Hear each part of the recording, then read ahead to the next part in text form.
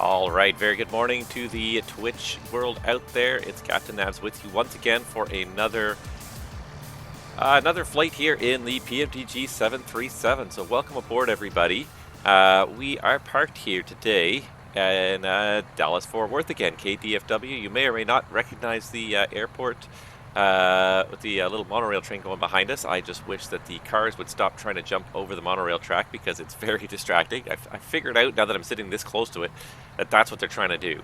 It looks like the roadways normally go underneath the monorail tracks here, or whatever you want to call it, people mover, whatever you want to call this little system here at this airport, but it looks like the logic of the roadways says that the roadways should go over the top of anything that they encounter. So it makes me want to completely turn off vehicle traffic, because those little people movers by themselves, they actually look pretty good.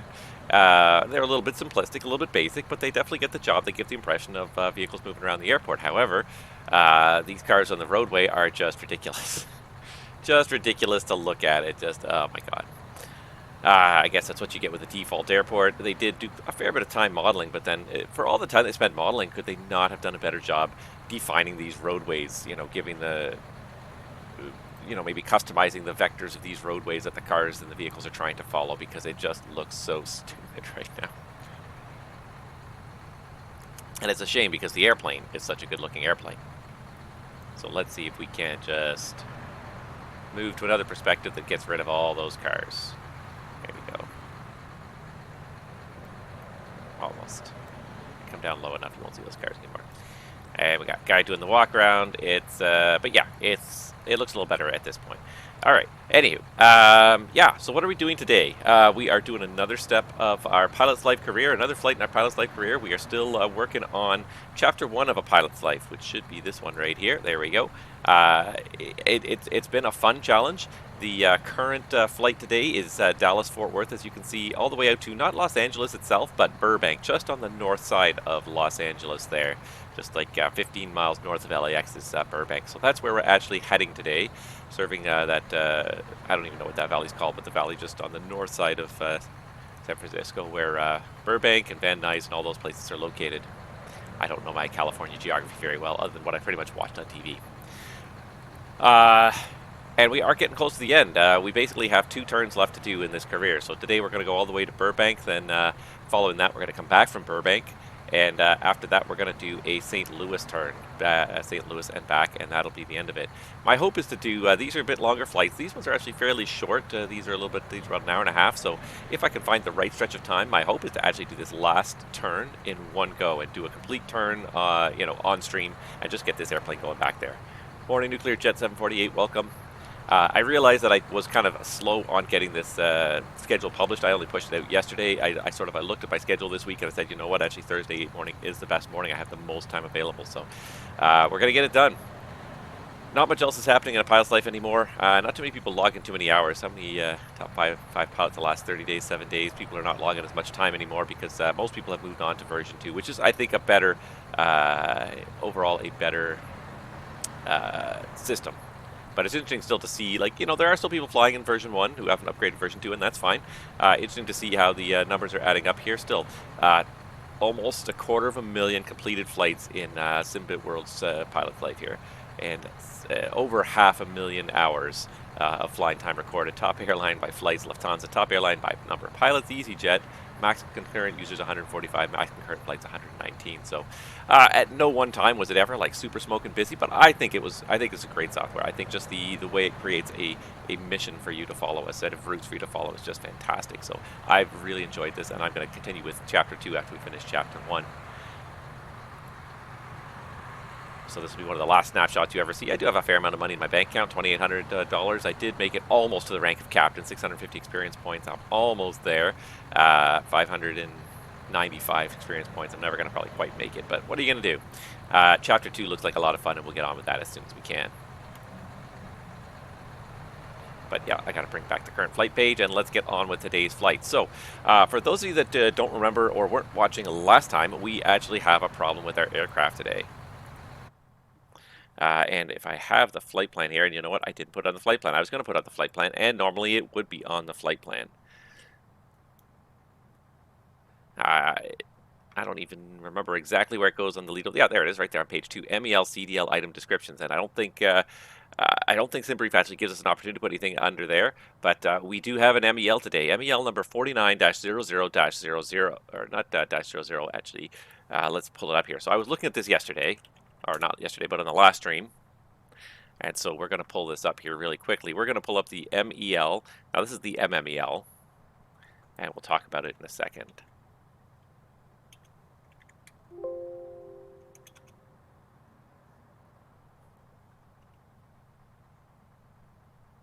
All right, so this is the M.E.L. we're looking at for today. So of course, we had a problem last time. Maintenance would have come and looked at it, and they would have deferred it, and they would have put it under an MEL, which is a minimum equipment list, which basically says these are the things that we can have not working on the airplane, and we can still go flying. So the manufacturer analyzes the aircraft, looks at the aircraft, and says what can be, what redundant systems can we be missing on a temporary basis, and that will get us. That will still allow us to finish a flight, especially with the idea is generally to get you back to a maintenance base. But given the nature of the airline industry and people pushing these airplanes kind of to their limits, it allows the aircraft to go for a number of legs before the repairs have to be accomplished on a certain system. So it's not to say that it'll never be fixed, but it just allows us to fly the airplane to continue a schedule for a day or a couple days, get it back to a home base or a maintenance base where the system can then be properly analyzed. And it may also be that parts are not available. They may need to replace something. So they looked at it, they said, yeah, this is what's broken, this is what needs to be replaced. We want the part in stock. Go fly the airplane, we'll bring it back in the hangar when the part comes in. So that's the whole purpose of an MEL. If it's not listed on an MEL, it means it's mandatory. Anything that's not listed in the minimum equipment list has to be functional for flight. So we do have a whole bunch of stuff. This thing is long. It's I don't even know how many pages long this is. I'm just looking at it in the browser here, but it's several hundred pages long at least. But what we would have had was 49-00-07. So APU bleed air system. So last time we were flying, the bleed air system on the APU failed. For whatever reason, the valve is stuck closed and it will not open. So there's two different ways we can run this. We can run this as either a 49-7-01 or -02 here. It may be an operative closed, or except for extended range operates, may be not provided. The bleed air check valve operates normally, and the APU is not operated. So I'm going to say that we're under number 1 here. The mechanics would look at it, would look at the actual failure and evaluate and apply the correct one. So because I don't have a maintenance department at my stream, we're going to say that the maintenance department has done this one. 49-7-1, which is the number installed is 1, the number required for dispatch is 0. The C here means that it's a Type C MEL, which means that its validity is for 10 days. So you can fly like this for up to 10 days. Starting on the day after the defect is discovered. And then there's remarks. So M, may be an operative close. So M means maintenance. Maintenance has to come and verify that that valve is in fact closed. And then note APU may be used to provide electrical power. So we can have the APU for electrical power, but we need an air cart to start it. So that's going to make our lives a little bit challenging, a little bit interesting today. So hopefully that'll create a little bit of interest today with an in-op APU, or at least an in-op APU bleed. So, without further ado, let's get this show started here. And it helps if I sync this up before I start actually doing things. There we go. All right, so we're in the aircraft. It's been parked on the gate overnight, so we're the first people to come to this airplane and fly it. So we're just going to have a quick look at everything. But basically what we're going to do is turn on the battery and turn on the ground power. And that will bring the airplane to life. Go ahead and arm those emergency lights. Let's get that windshield heat on. Get those packs into auto. And this APU bleed switch would have been selected off, and in the real world they'd usually put a sticker next to it as well, a little yellow sticker or something that says in off, and you would know just sitting in the flight deck that something's wrong with this particular system. Alright, we've got the lights on, seatbelts are off. Alright, and everything's coming up. Let's just do a quick little flow through here and make sure everything is set up for the initial setup here. So IRSs are aligning. Sorry guys. Come on, bring it back.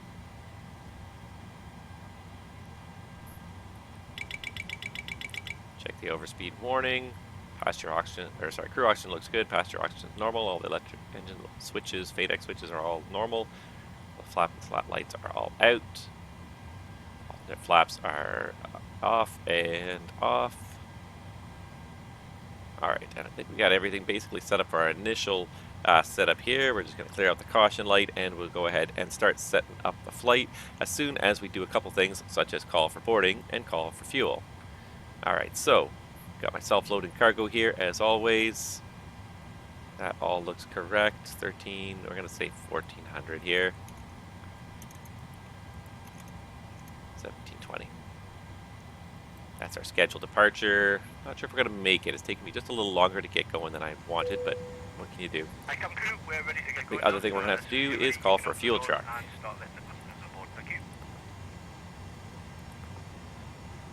Alright, so let's request the fuel truck. No problem. And I checked my block fuel requirement, 22,100. I'm going to go 22,200 because I always usually round up just a little bit so I don't have to get called back. And there it is, 22,200. I'm just going to silence my phone here. And there we go. Alright, so that's arriving. And silly question time, but the door is open, right? Yeah, that door is open. While we're at it, we should probably call just to load the bags.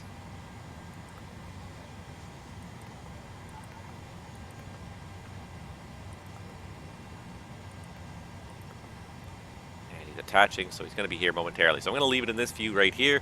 We're going to do our setup, and we're going to watch to make sure that the fueling starts here. So we are 737-700 today. Engine rating 24K. Air rack is current. And you know what I just realized, of course? I have not put myself up here. Hey, there we go. Good morning, everybody. Welcome to the stream. Thank you so much for tuning in this morning. Taking time out of your busy schedules to spend some time with me flying airplanes. Alright, so we've got our IRS is initializing. Let's go to our route page. So today we are doing KDFW. I might have to just move this ever so slightly a little bit more downwards. Just to make sure I get the whole... There we go. Whole thing in there. We're going to KBUR, Burbank. And our flight number today is something a little bit complicated. It's 2562. 2562. Dallas to Burbank is not a mainline major flight market, but nevertheless, this is what we're scheduled to do. This is, you know, sometimes you fly the prestigious ones, and sometimes you don't. All right, looks like the fuel truck is here. Just looking over here, so quickly start that. Start loading some fuel. There it goes. All right, pull up the flight plan. Let's see if I can position this in such a way that it's. Get rid of you. Gonna get rid of you. There we go. And then you can just see that. Perfect. All right, so today we're doing the West Texas 2. Let's just do a quick weather check here in DFW. It's estimating 17 right for departure.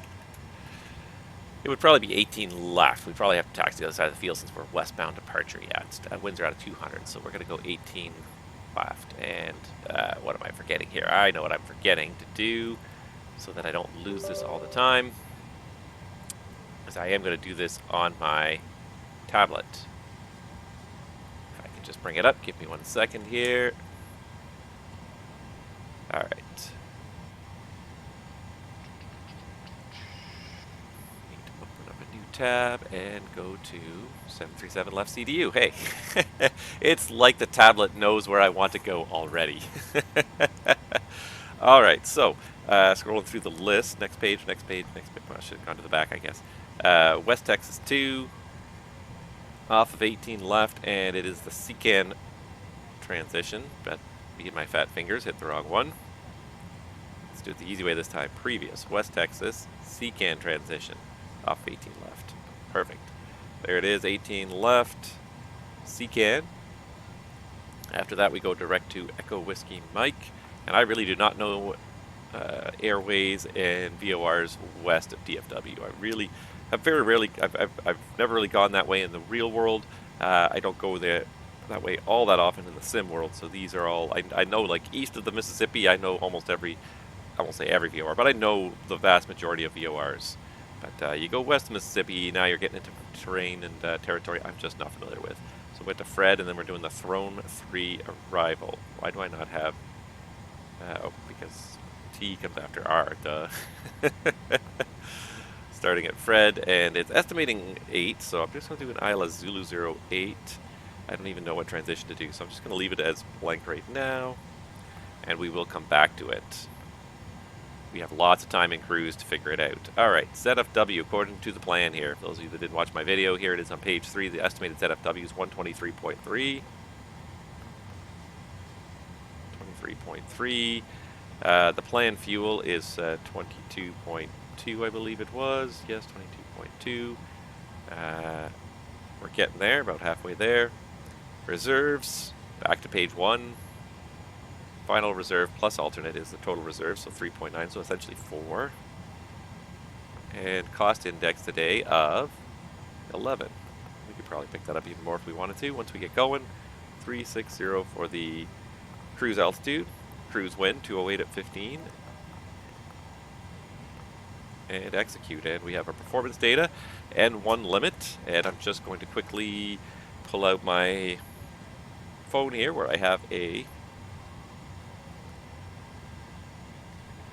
calculator for the 737. Alright, so full length, try runway, wind. Not going to worry about the winds, but what was the temperature and altimeter? 29 degrees, 3001. The air density definitely affects takeoff performance, so we're going to go air conditioning on, flaps 5. See if I can do a takeoff to a takeoff weight of, what was it estimated at? Estimating at 130,200. And it does have a valid takeoff number for this. Alright, perfect. So, takeoff 2, we can supposedly do it with a D rate of 37. It's only 29 right now in DFW, so that's pretty reasonable. And then that is also planned with flap 5. C of G, we'll just click on it and cut and paste it in there, 23.8. And the speeds it's given me 36, 39, 45.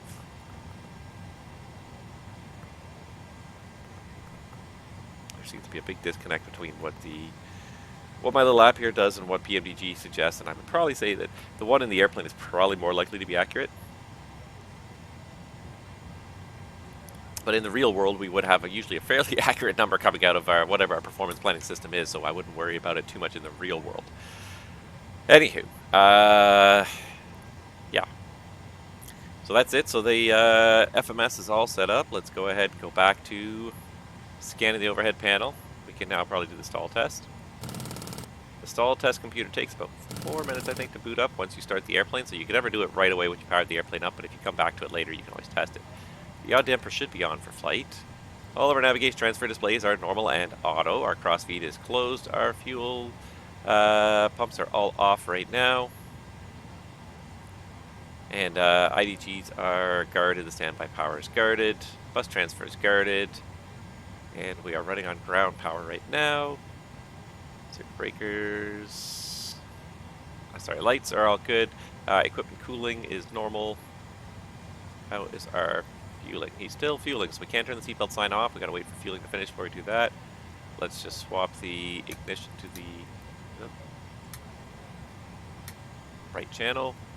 Each time we fly, we swap the ignition channel so one set of igniters doesn't get really worn out. Windshield heat's all on, the probes are off, the ATIS is all off, the hydraulics are all off. We've got a bunch of doors open, and that's what we'd expect. Forward entry and the cargo, both cargo doors are open. And cabin altitude looks good right now. Let's just check and see what the temperature is in the passenger cabin. It's not terrible, actually. It's 70. It's not too bad. I think we have the air conditioning. I believe we have the air conditioning part hooked up, so I think that's why it's nice. Recirc fans auto. Packs are auto. The valve isolation valve is open. The engine bleeds are on, but the APU bleed is off, and it's going to remain selected off because it's failed. 36,000 feet is our cruising altitude. Burbank, I honestly have no idea. I could look it up, but we'll look it up en route. I'm going to put it at 450. I think it's a little higher than sea level. It's just up in the little valley there north of Los Angeles. And we got the pressurization controls in auto. Doors are open, that's fine. Alright, let's get this set up here. So 176, that sounds correct for our heading, so we got to bring this all the way around.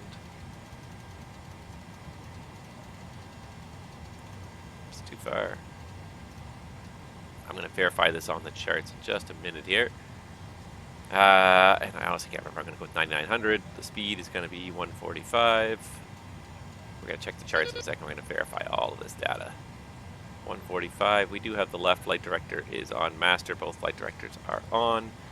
And we are going to try to arm LNAV and VNAV for this because it is an RNAV departure, usually out of DFW. I still have to go read the actual chart, but it's usually, so I'm going to assume it is for now until we find out otherwise. Traffic's on. 3001 on the meter. 3001. Perfect. And testing our annunciators here, testing all of our lights in the flight deck. That all looks really good. Lots and lots of lights, and they all appear to be on. Alright, auto brakes on RTO. Quick check of our systems here. Oil quantity, 85% on the left side, even higher on the right. Hydraulic quantity, both systems are showing 92%, so that's fine. Landing gear is showing down. Brake pressure is looking good. EGBW switches are all guarded.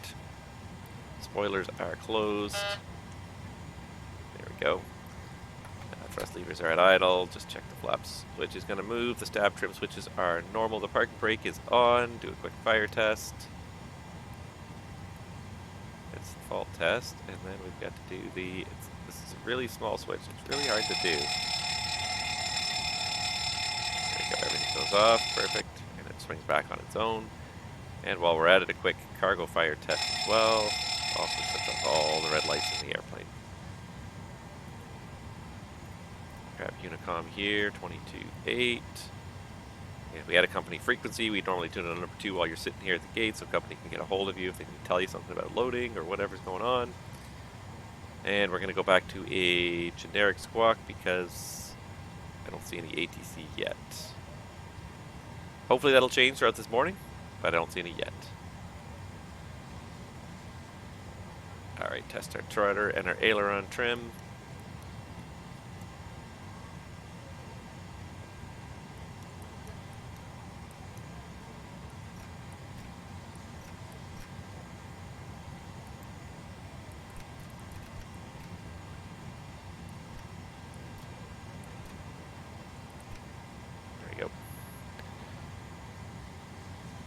And it doesn't look like it's quite zeroed now. Nope.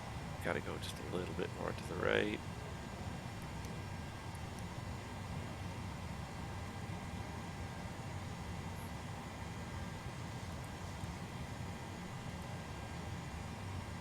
Oh, there we go. That's better. If you have it down, it doesn't show you that it's not trimmed. That's better. Okay, perfect. All right. I think we're just about ready to go here.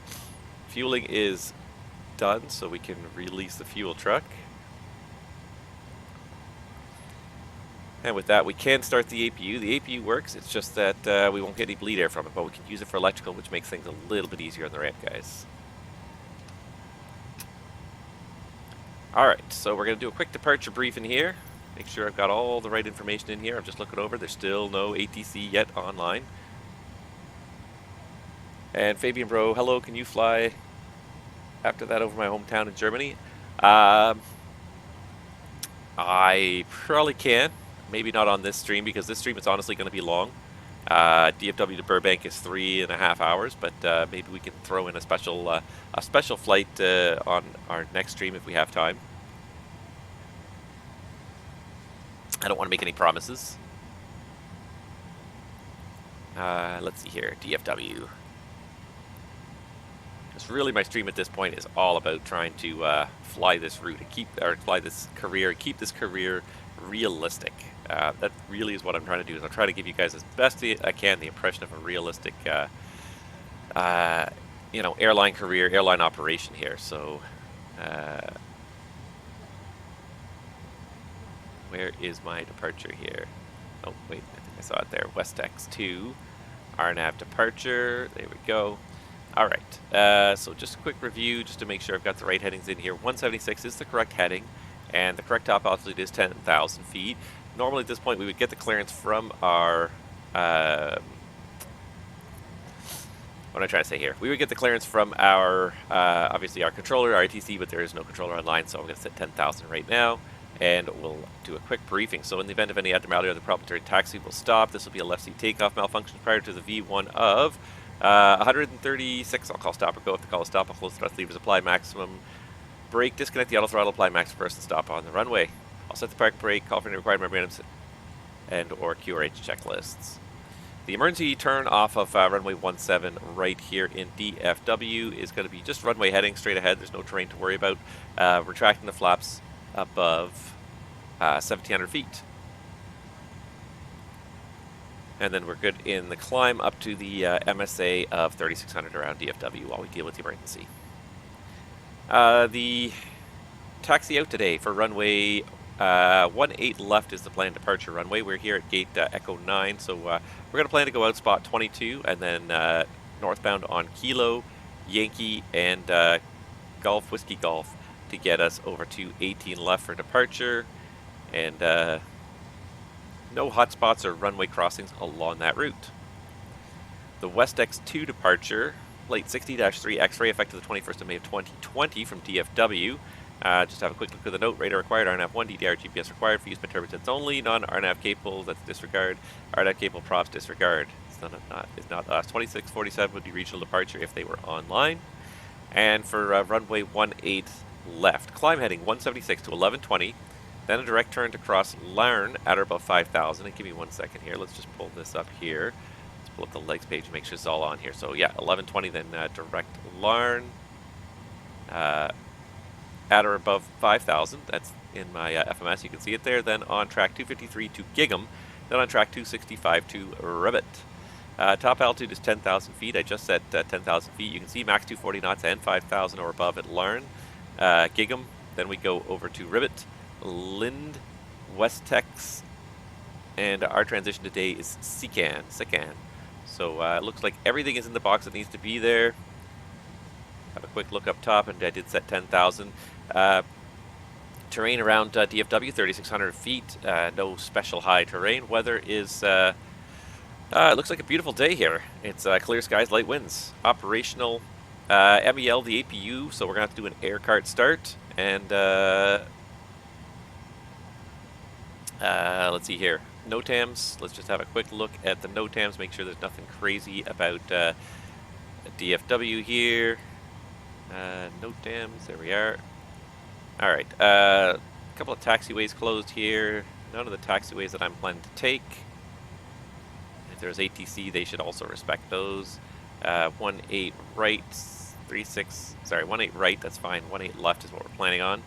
Takeoff minimums. West Tex departure. Takeoff minimums for various runways, but not 18 left. So nothing seems to be affecting 18 left. Nope. ILS 18 left has different minimums, but are not applicable for Cat 2, but that's fine because we're not doing the ILS. So I think that's it. Any questions? Did you guys all keep up with that? Can you post your route? Yes, I can, absolutely. Hold on a second. I'll just post it in the chat here. It's pretty straightforward. I think it was the first one that SimBrief offered. But yeah, feel free to boot up and join me here if I can just find my chat there. There you go. So the West Tex 2, Secan, Echo Whiskey, Mike, Jet 4 to BXK, and Fred for the Throne 3 arrival into Burbank. So if you can boot up quickly, we're just about ready to go here. The one thing is that we do have a, we do have to do the air cart start, so that makes things a little bit more complicated. So the APU generator's online. Throw all of our power onto the APU generator, and we're going to tell the ground guys if you can remove the ground power. And you can remove the air conditioning cart. And we're going to need the air start unit in a second here. So, sounds like they're taking away the bridge. That's good. Let's make sure we release all of the ground equipment. Hi, Captain. All passengers are on board and doors So we're going to release those. We're going to release those. We're going to leave the chocks on because we can't do the air cart without it. In the real world, you usually have the tug hooked up and pull the chocks, but because we can't hook up the tug because of the interlocks of this system, we're going to have to do this just a little bit non-standard here. Because if I try to release the chocks, it's not going to allow me to hook up air. Alright, So let's just do some checklists before the, let's do pre-flight checklist. All right, pre-flight checklist. Oxygen is tested. Come on, 100%. Navigation, transfer, and display switches are normal and auto. Window heat is on. Pressurization mode is auto. Flight instruments, we've got heading 336 and altimeter 3001. Parking brake is set, and the engine start levers are cut off. The pre-flight checklist is complete, and alright, so ramp from the flight deck. Are you guys just about ready for engine start down there? Alright, just give us 1 second. We're just going to run through the checklist, and we'll call for the ground air in just 1 minute. You don't want to get ground air in the ducts too early, and I'll explain why in just a second. So we're going to go through our normal before start flow here. We're going to get all of our fuel pumps on. We are going to get our seat belt sign. No, other way. Come on. You could do it. There it is. On.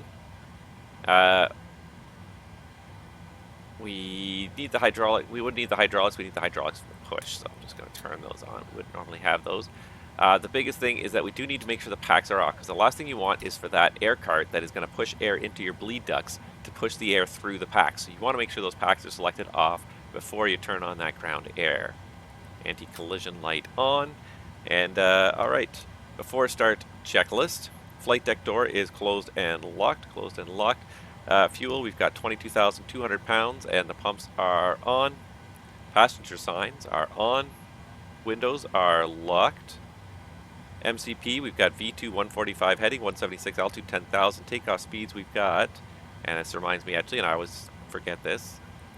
We've got V1 136, VR 139, V2 145. CDU pre-flight is complete, and the takeoff trim, we're supposed to be at 5.6. Something around there. CDU radar and aileron trim are completed. Taxi and takeoff briefing is complete. Anti-collision light is on. And one thing I did forget to do really quickly here was just to make sure I updated my ZFW for the actual load. So performance page ZFW, actual ZFW today is a 116.5. So we ended up quite a bit heavier than originally predicted. That's okay. 116.5. That's going to remove our, and let me just verify, since the weight went up, verify that the setting is still sufficient. So let's go back to Perfinite, and this puts our total takeoff weight at 138,700. We may have to bump up the power setting, I think. And yeah, weight seems to be too high for takeoff 2, so let's do takeoff 1.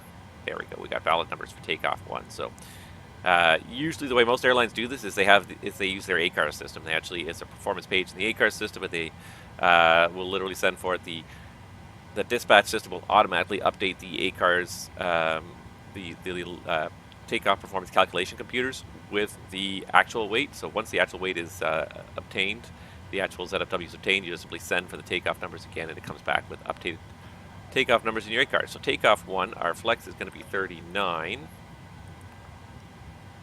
And our takeoff speeds are 133, 134, and 138, which is pretty close to what my app had predicted, so I'm going to go with these. In which case I've got to set V2 to 138. There we go. All right, we are all ready. So the packs are closed, and we're usually going to be looking for about 40 psi pressure in the ducts. I don't think we can even see what it is in this airplane, so we're just going to start blindly here. So ground services, air start unit request. It is arriving, and they should hook it up. So the packs are off. Duct pressure, yeah. So we usually need about 40 psi to start an engine. So let's see if we can get 40 psi when this air start cart arrives. One thing I'll say about air start carts too is darn, they are noisy. I don't know where it went, but oh, here it comes. There you are. I see ya. Just getting started now, so hopefully you can get it booted up pretty quickly here. Yeah, one thing about air start carts, they are just super noisy machines because it's a diesel engine that's trying to put out the amount of air pressure of a turbine engine, and it's usually just not good enough. Alright, so connecting. Once it says connected, and usually we don't even wait for them. So active, so we should be able to see, and here comes the duct pressure. So they are pushing pressure into the ducts. We should have enough to start. We're looking for about 40 psi. Every airplane's going to be a little bit different. It's pretty darn close. That should be good enough. One thing with these two, because there's not usually as much force from the diesel engine as there is from a normal APU bleed, is that you will tend more towards hot starts. You've really got to watch these air cart starts carefully. So we got the start valve open. We do have N2 rotation. Oil pressure is showing a positive increase here. We do have, looks like, an increase in N1 as well. So you really got to watch these and be ready to cut off a start when you're doing an air cart start, because you don't have usually as much airflow as you normally would from a turbine engine. You're much more likely to get a hot start from an air cart. So you do have to be really kind of careful about the EGT limits there. Make sure that the acceleration is continuing normally, because the other thing too is that it's a small little hose. The actual size of the hose they use for air cart starts is about like a 3 or 4 inch hose. It's a very small hose. It's not like the big hose they use for the air conditioning ducts. The problem with that is it's very easy to get a kink in that hose and lose your pressure halfway through your start. But it looks like we got a good start there. It really didn't get too warm. I like it. Okay, that was really good. All right. So we started number 1. We're going to, yeah, we got a good start at number 1. We're going to go ahead and release that air start unit. We're going to do a crossbleed start for number 2. All right, so we're going to have to wait to make sure that these guys are clear with their air cart. Here he comes back to pull it away before we do too much stuff here. Yeah, we're going to leave this. We're going to leave the APU running. We're going to run the electrics on the APU until this guy comes and tows this thing away, and we do our crossbleed start. And what we can probably do now is we can remove the chocks, cockpit to ground. Nope, doesn't like me. Cockpit to ground. Flight deck to ground. Anybody? Anybody? Nope. Bueller? Bueller?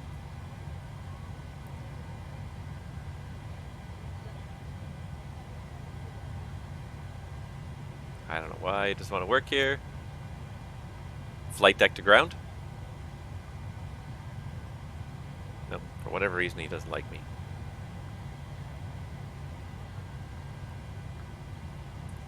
Let's see if I can do it this way. Let's change it to button control.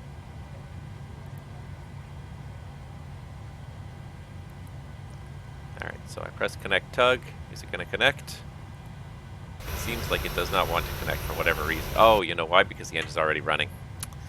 Okay. We will find a different way to do this. Let's do PMDG pushback tug.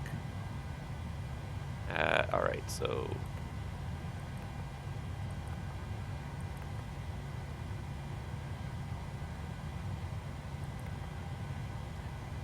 there we go, self-drive, put the tug on there. Chocks are removed, now I've got a tug, perfect. Alright, and park and brake is released. Actually no, we'll just do it this way because, yeah, no, it's fine. Because I'm doing self-drive, I don't need to interact with him. Wow, this whole thing is so screwed up from normal. Alright, so we do have those all on. And yep, looks like we're good. Looks like we are controlling the airplane here, so go ahead and push it back. Oh, you are ready already. Don't blast my tow crew, please.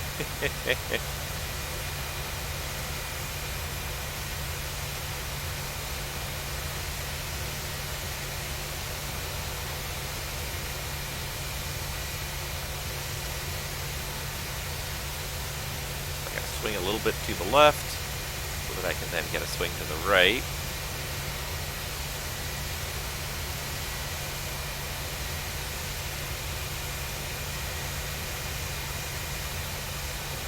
What are you doing to me here? Am I going the wrong way, or what's the deal here? Wow, I am not good at driving this. This is terrible. This is not the way I wanted to do it. Oh, man. Okay, fine. Whatever.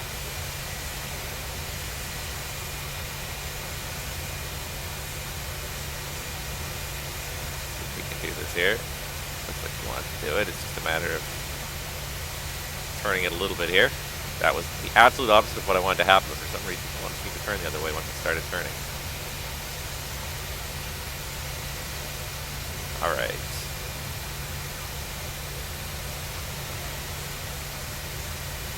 Now we're not going to do our crossbleed start here because we would just blast this blast fence here. So what we're going to do is we're just going to straighten ourselves out on the line.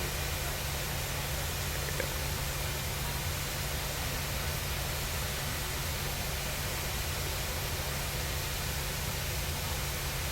Disconnect our tug.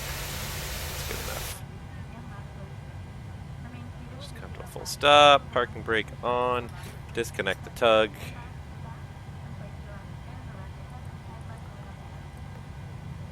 Done. Alright, gone. Okay, perfect.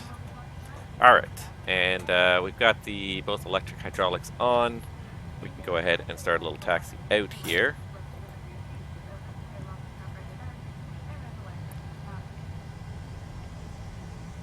And the only reason we're doing this is because in order to do a crossbleed start, we're going to usually have to rev up the engine a fair bit. Even this is ridiculous how much we have to rev the engines to get moving. But it's considered a big hazard. Crossbleed starts, starting one engine from the other engine, because the amount of power you usually need to get and maintain to keep that bleed running, it's considered a big hazard. So we try not to do it in the immediate gate areas in most airports, depending on the nature of the gate area, but you don't want to blast whatever's behind you because you'll be revving up to at least 40% power for an extended period of time for at least 45 to 60 seconds to get through a start. So we don't want to do that too close to other gates, too close to ground personnel, things like that. Alright, so we're going to just taxi over here onto spot 22, and then we'll do a crossbleed start there. She's taking a lot of energy just to keep this airplane moving. She's a heavy piece to taxi on a single engine.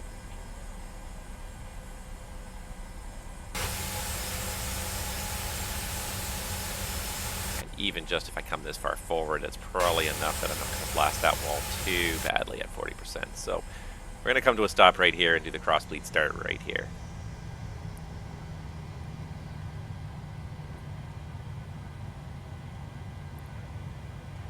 Alright, so we're going to set our parking brake.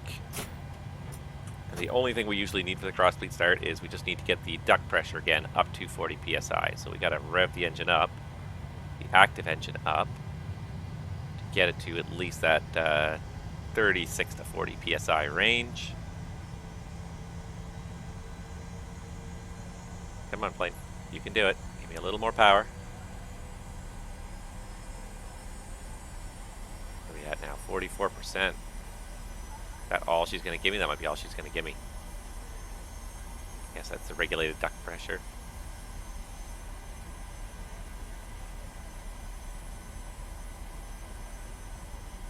That's all she's going to give me. Alright. Hopefully it's enough to get this engine started. Starting 2. Alright, start valve is open. We got N2 rotation. Oil pressure is increasing, and 1 rotation. She is very slow to accelerate here. She is not getting a whole lot of pressure through that bleed system. She really is not. Look at how slow this is accelerating here. She may not be able to start this way. Bump it up even more just to see if I can get a little more push behind it. There we go, we got almost 50% power just trying to get enough push behind this. Alright, there's 25%. We're going to have to keep an eye on this and make sure she does keep on accelerating. Alright, so there's the fuel flow. There is the light off. She's definitely accelerating better now. What's the bleed pressure at now? So now the bleed pressure's back to a more normal level. Look at, like, we had to rev the power up to 50% N1 to get enough bleed pressure to get this start going here. Alright, it looks like we got a solid start. We're through the starter cutout there. As soon as the starter cuts out, you can go ahead, there goes the valve, go ahead and reduce that other engine to idle because it's not doing anything anymore. Alright, and the ITT, the EGT did not get too high there, so yeah, it looks not too bad. Okay, we got it alright. We got it done. Alright, now we can do the rest of the normal after start flow. We can get our packs on. And our isolation valve tube auto. The bleeds are on. And we can turn off. Nope. Stupid thing. Come on, turn off the APU.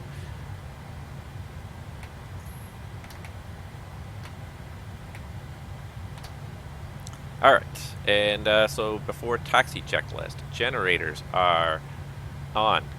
Probe heat is now, oops, forgot that one. Probe heat is on. Anti-ice is not required. Isolation valve is auto. Engine start switches over to continuous. Recall checked. Auto brake is RTO. Engine start levers are both at idle detent. Flight controls, forgot to check that, and the ground equipment is clear. So just a quick flight control check will complete the checklist. Elevators, ailerons, and the rudder. Alright. And that's it. After start, before taxi checklist is complete. Park brake off, and away we go. Taxi light on. And she's going to move a lot better now with 2 engines than she was doing with 1, that's for sure. But yeah, what an ordeal. And it's not that it's hard per se, but it just, doing air cart starts and crossbleed starts just adds a whole lot more risk, a whole lot more complexity to the operation. So it's not something that's impossible by any means, but it's just one of those things that when you see it on a flight plan, every pilot pretty much groans when they see it on the flight plan. Oh, really? No APU? Okay, we gotta do crossbleed starts, we gotta do air cart starts. It's doable. The equipment exists, the facilities exist. It is just more challenging and frustrating at the end of the day.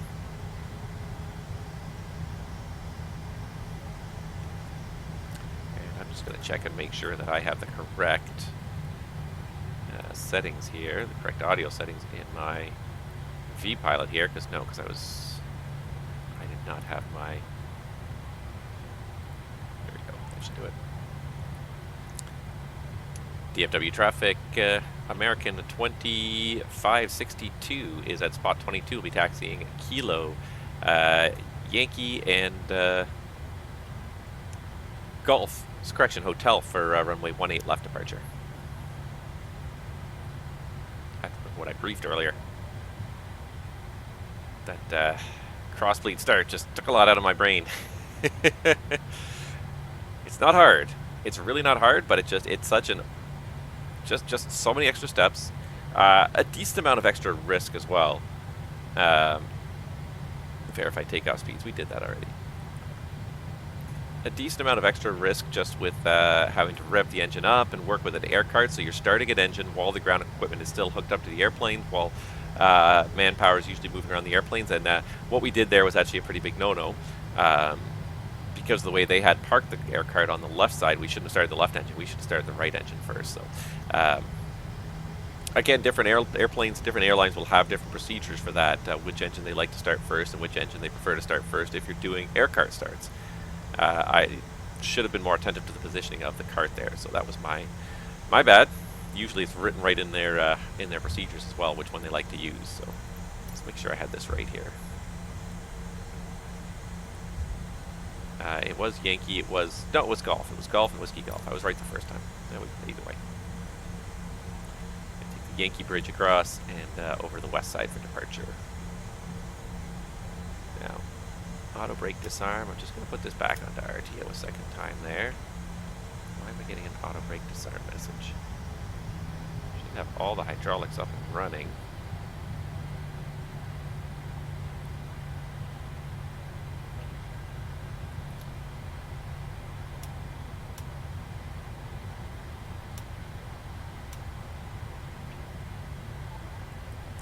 There it goes. Alright, so the second left should be Yankee, first Zulu, then Yankee. Cross the bridge over to the other side, away we go. And I see we're slowly increasing the number of viewers. If you keep pushing the number of viewers upwards, we'll see if we can't get those failures in there this morning. Just because the APU's already failed doesn't mean we can't have another failure. But we're going to do this entire turn to and from Burbank, so this stream and the next stream without that APU, it's going to be just an ordeal. It adds a little bit more interest, variety anyways, but complexity. That took quite a lot longer to get off the gate. That probably took at least an extra 10 minutes to get off the gate just because of the complexity of ordering the air cart, leaving the AP running, doing a Crossbleed Start, all those things, taxiing out for location for Crossbleed Start, everything just takes a little bit longer. I'm just going to set my flight number here so I don't have to look at the screen all the time. 2562. There we go, 562, so it's 2562. I'll remember that at least. Alright, now we're on a straightaway. We can give her a little power, and you would really need to give her power because this is one of those places, again, and I've mentioned this before, but this is not flat. In the real world, this is not flat. You go up, this bridge is probably easily 30 or 40 feet above the level of the taxiway here. So you're going up a decent hill to get over these bridges, then you have to pull to idle and coast down the other side of the hill.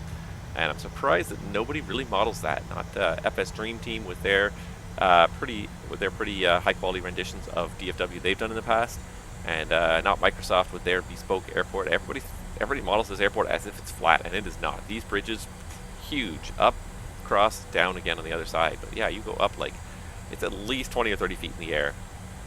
Compared to where the level of the taxiway was there back on Kilo. I'll have to say they did a nice job modeling it. Like they've got like the metal frame and everything here. Like the bridges look really good.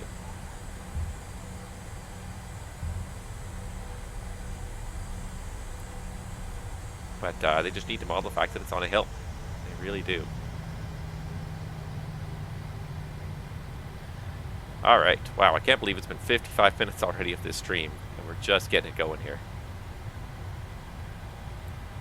Blows me away. But yeah, that's why like I said, like APU starts are not hard per se, or APU and op starts are not hard per se, just complex. Just adds a lot more time. So pretty much guaranteed you're never going to be on schedule if the APU's in op unless you can get everybody loaded up and boarded early, because it usually is going to add at least 5 to 10 extra minutes at the start of your flight and at least 5 minutes at the end of your flight, because you got to roll up to the gate with the engines running. You can't shut the engines down until they plug in the ground power, so nothing happens until they plug in the ground power. So there's always a little added complexity when you're dealing with this kind of thing.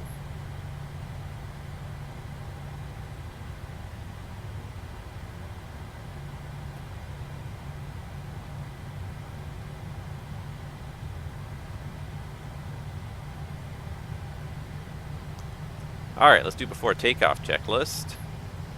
Flaps 5, green light, and stabilizer trim. 5.6 upset. Before takeoff checklist is complete. And let's just make sure that this was smart enough to start recording. The end flight button is active, so it knows that we're going. Perfect.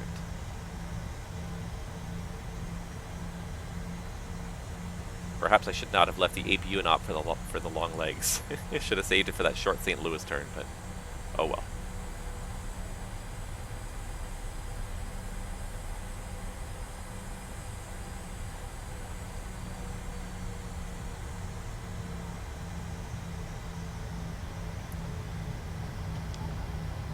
Alright, and so what I gotta do is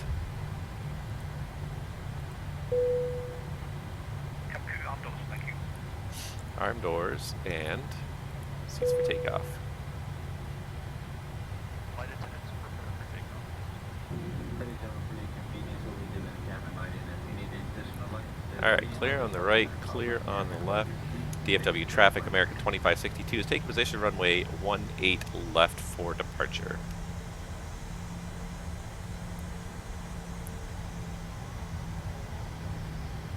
Alright, so let's get strobes on. Turn off lights are on. Just wait for the okay from the cabin and away we go. You're really not happy with that delay. We'll get there. Just need to hear a bing from the cabin.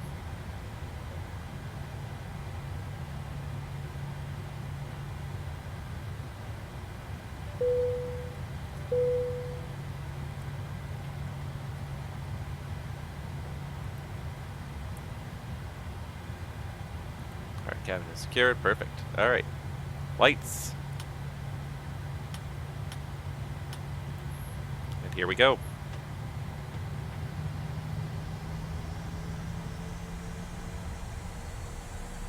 DFW traffic, American 2562, rolling for departure, runway 18 left. away.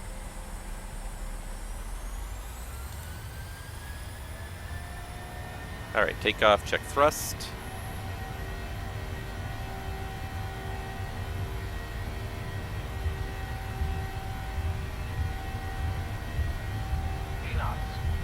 Checked.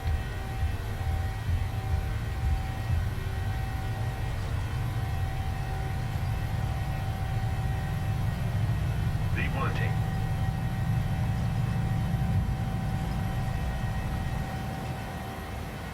Positive reincline. Gear up. That's right, I don't have FS2 crew. I literally expected someone to do that for me. That's hilarious.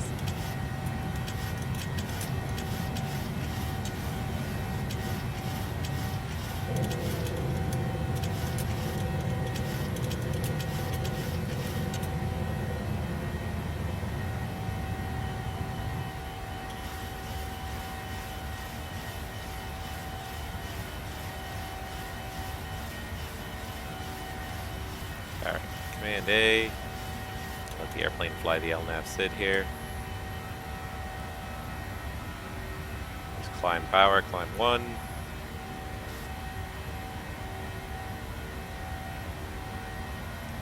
Flaps 1.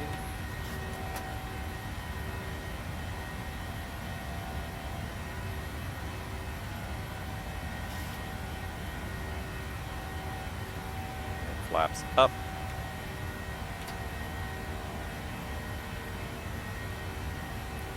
5,000 or above at Larn here in 8 miles. Just gonna start pitching up here again for the climb.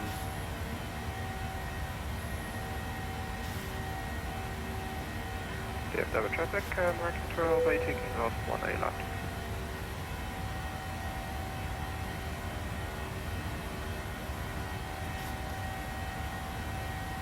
There, now she's climbing again. We've reached the target speed of 240. She's climbing. She's gonna have any trouble reaching that 5,000 the next 5 miles now. Alright, we're gonna go ahead and set our cruise altitude here of 36,000.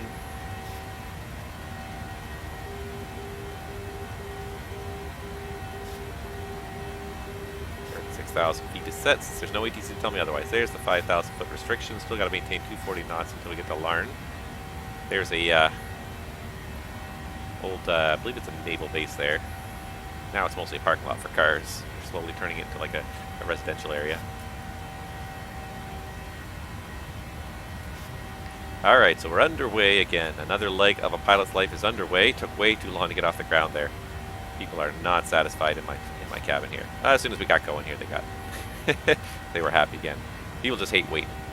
Should have made a PA. Explain what we were doing. Alright, here comes Larn. You'll accelerate 250 knots and higher there. There's a stadium there. Somewhere around here is Six Flags over Texas, I believe. That's it right there, I think. There we go. I believe that right there is Six Flags over Texas. Just a little south of the DFW airport there.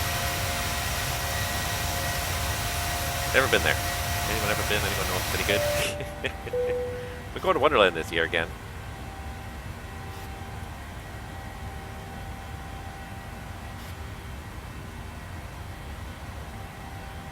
Alright, I guess we should do the after takeoff checklist at some point.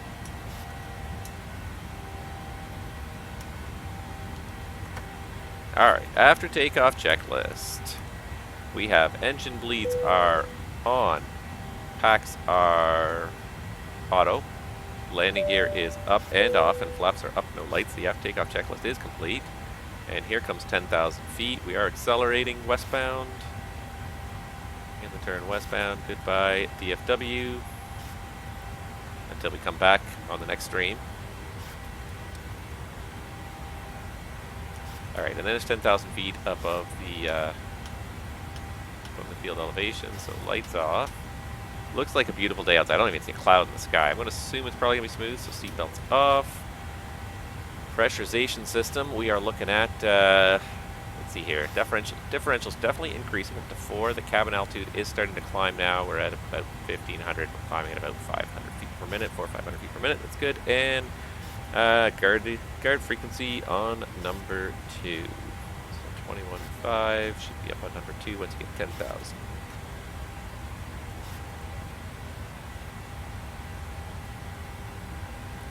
Beauty.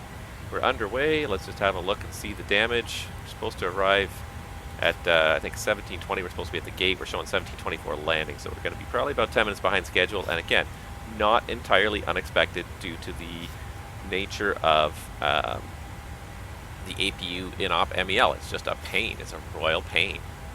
See another airport down there. There's airports just everywhere in this state here. So we could always, ACAR's company, we could always send a company message here and say, hey, do you guys mind if we go a little faster, burn a little more gas to make up that time? And chances are, if you're only a little bit behind schedule, most of the time the company wouldn't mind, because usually it's kind of a team effort between you and the dispatcher to sort of come up with game plans that work. Once you get airborne, the captain is the final authority on the flight, but that doesn't mean you exclude the dispatcher from the decision-making process. You make the final decision as the captain, but it's helpful to have input from the dispatcher. They may have insights you may not have. It's always helpful to have extra information and extra input when you're trying to make decisions. So that got us to 19. If I can get us to about 50, we could be on time. So let's see if we can bump this up even more. Per page, let's bump it up to like 40 and see what we get then. Execute. And let's see what the progress does then. 17, 16, yeah, all right. Let's see if we can do 50. I think 50 will probably buy us what we need here in terms of time performance. 15, yeah, so then we have a pretty good chance of being on time at 20 after. And 7.4 in the tanks. Our minimum was 4, so we have enough extra fuel that we can burn the fuel. So, you know, and it comes to a lot of things. It's part of it is, you know, trying to make up the schedule, because having a delay right now is going to impact everything down the line. So it's going to impact the remaining flights on this airplane. The airplane's going to show up late. Most of the time, these turns, especially kind of at outstations, are usually planned at kind of minimum turn time. So the airlines will establish for each airplane type a minimum turn time. The minimum time it will take us to get this airplane unloaded, cleaned, restocked, and loaded again and underway again. They'll establish a minimum time, and oftentimes at the outstations, that'll be what you get. You're expected to turn the airplane in that minimum time. So for a 737, it would probably be something on the order of 30 to 35 minutes, I would think. Maybe 40 minutes even. Depends on the airline, their philosophy of how much cleaning they do. I don't think Southwest cleans between flights. I don't think Spirit cleans between flights, but the legacy airlines will clean the airplane, at least pick up all the garbage and check to make sure there's nothing inherently dirty, maybe quickly vacuum off the floor as they're going. So they, you know, it depends on the airline. Every airline's going to set their own policy, but yeah, if you're 10 minutes behind, if you can get close to landing on time again and get close to having an on-time departure back in the other direction, then that works. But it's a diminishing return the later you get. Because I had to bump this cost index up pretty high here. I went from 11 to cost index 50 to get us basically 10 minutes, 9 minutes back. We're probably going to burn an extra 300 or 400 pounds of fuel because of that. Once you get more than about that 10 to 15 minutes behind, it just almost becomes not worth it anymore. The whole day is going to be behind anyways. Burning extra fuel to try to get back on time, and you're never going to really make it back on time. It stops becoming useful at that point. The airline just has to start making another plan, you know, to try and find other aircraft to replace this airplane further down the line, because 5-10 minutes you can make up in cruise on a decent leg with just bumping up a cost index, bumping up the power setting a little bit. But once you get more than like 15 minutes behind schedule, you're never going to make that up for most of the day, unless you have a turn that's long enough that you can just absorb that delay. But in terms of making it up in the air, you're almost never going to make it up. The airlines don't want you to. It's going to cost them a lot of extra money for no additional benefit because they're going to be behind. I mean, it may be that maybe this is the only airplane available. Maybe when we get, you know, this airplane's supposed to go to DFW, another crew's supposed to take it, or sorry, this airplane goes to Burbank, another crew takes it back to DFW. Maybe there's enough padding in the schedule later that they can get back as long as we can sort of get closer to on schedule. And that's why I said call the dispatcher. The dispatcher will also talk to commercial planning. They have a better view of the overall operation. As a flight crew, we usually only have a view of the operation we're doing right now. we have a view of what's happening in this airplane. We know what time we're going to get to our destination at. We know what we're doing as a crew for the rest of the day. Usually we often don't even know necessarily what this airplane's doing. Some companies it'll be on the flight plan what the next leg or next one or two or three legs are on this flight. Sometimes it won't. Sometimes it's a bit of a mystery. You don't know what's going to happen next. So it helps to include the airline operations in your planning. Hey, if I go faster, does that make a difference to you guys? It doesn't matter if we get back on time. You know, oh no, the plane's done for the night in Burbank, so don't worry about going fast. Just burn the scheduled amount of fuel. So yeah, it's important to include dispatch in that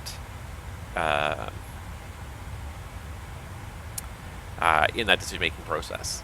And I was flying with somebody the other day and said, "Oh, dispatch doesn't really get a vote." I'm like, dispatch gets a vote. At the end of the day, the captain has veto power over everybody. But I would say the dispatch gets a vote. They get to say, "Hey, we think this is the best. This is the best suggestion we would like to see you do if you can do it." And that's exactly what I look upon any input from dispatch as a suggestion. As we would like you to do this if you think it's possible. And if I can accommodate that, great. Hey, yeah, we think, go faster, please. Or if there's a malfunction, yeah, return to company base, but it's, the ceiling's really low and I don't think we can do the approach. Well, I appreciate your input. I would like to go back to company base, but for weather reasons and whatever's failed in the airplane, I don't think we can safely do it. We're going to go here instead. At the end of the day, once you start flying, full veto power rests in the flight deck. But that's not to say you don't want to get input from other people and say, hey, because at the end of the day, there's, however many people behind you, 115, 120, 200, 300 people behind you.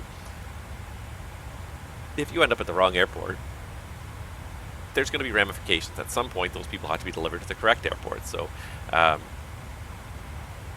again, somebody said to me, you know what, I'd rather go to a place that has gate agents, because the second you have gate agents, what the passengers are doing and how they're getting to their destination is no longer your problem. But if you show up at somewhere without gate agents, if you go to divert to an airport that's got really good weather, but there is no American Airlines agent at this gate or whatever airline you work for at this airport, those passengers are still your responsibility. You're going to have to liaise with the cabin crew. They're going to have to pass information along from the company about what's happening to get them accommodated and on their way to their final destination. So yeah, going to an online station at dispatch's suggestion makes life a lot easier. All right. Well, we are on our way, though.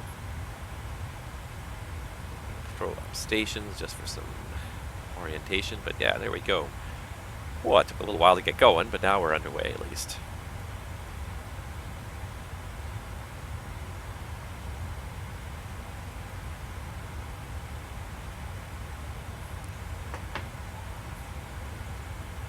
Yeah, it's been a little bit of a madhouse lately too for this industry, trying to recover when anything does go wrong. Because this is the trouble: is they have the capacity. The airlines all have the capacity for what they've sold. What they don't have the capacity for is resilience in the operation. If anything goes sideways, and especially if things go quite far sideways, there is no room for recovery. There's no extra margins anymore. And I don't know that it's going to get better. I don't think it's going to get any better this summer. And it's not just the airlines. It is also the governments have kind of dropped the ball a little bit in reestablishing baseline employment for security screening, TSA and CATSA, reestablishing baseline employment for border screening and everything like that. Like all those jobs got cut back when travel fell away to nil, and now they've got to reestablish those employment lines. And these things don't happen overnight. A lot of these positions,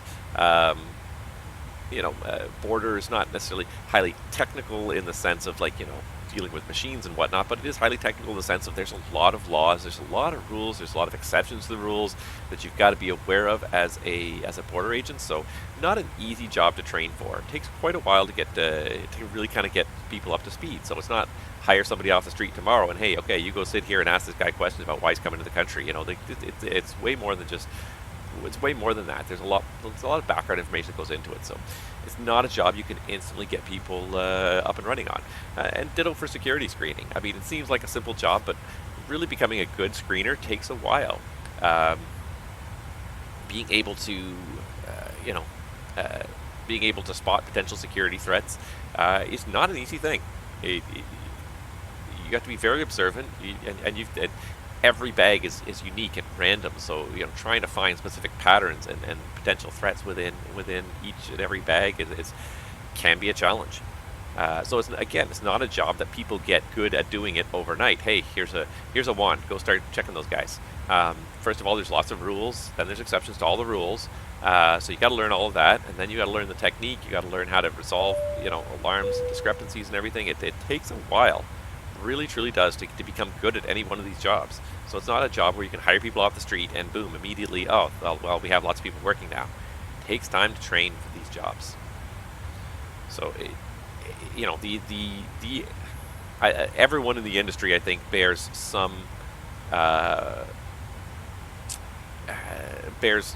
of the responsibility for the situations that a lot of airline passengers are finding themselves in now. And it's not all airline passengers by any means. I had a family member travel just came back this week, and was fine. Really, you know, breezed through security, 5-10 minutes. Customs, no big deal. And I talked to them about it, and the times of day that they were traveling were also very ideal. They kind of left earlier in the day, and they definitely arrived back in Canada earlier in the day from Europe. So definitely avoided like the rushes at security, the rush hour at security, the rush hour at customs. So definitely managed to avoid those, and they had a pleasant experience. They didn't have any trouble. I warned them, I braced them. I said, you know, there's a good chance you're going to be waiting around a long time for stuff to happen. It didn't happen that way, and it's good. That's really, really good. I mean, you know, it's not every passenger, but you get certain rush hours, like I said, and then you throw something just untowards on top of that, a couple of extra maintenance malfunctions, a couple of extra broken airplanes, or a bad line of weather, and boom, the whole thing just completely falls apart. And apparently that happened last week in Canada. That there was, again, same as happened about 3 weeks ago. There was just a big line of storms in the Eastern Triangle of Canada, in the Toronto, Ottawa, Montreal corridor, and that is just such a vital air transport corridor, not just between those three cities, but then Montreal and Toronto are also two absolutely huge hubs for pretty much all the major airlines in Canada. So if your operation gets disrupted there, it affects flights to almost everywhere, and it just turned into a total disaster, with flights just ending up getting canceled, delayed, and eventually the crews run out of duty day. There's no more crews left on reserve, cancel the flight, and then they literally had thousands of passengers sleeping on army cots in the airport because they had no hotel rooms left to, even if the airlines tried to and wanted to provide accommodation to passengers, they just couldn't, because the accommodations were all full. There was not a hotel room to be had within, you know, like probably at least a 30-45 minute hour drive of the airport.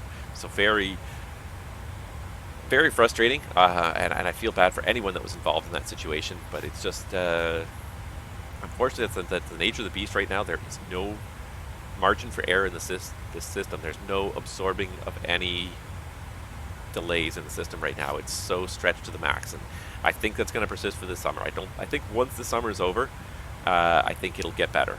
I think it's just a question of this summer is going to be insane. Everybody wants to travel.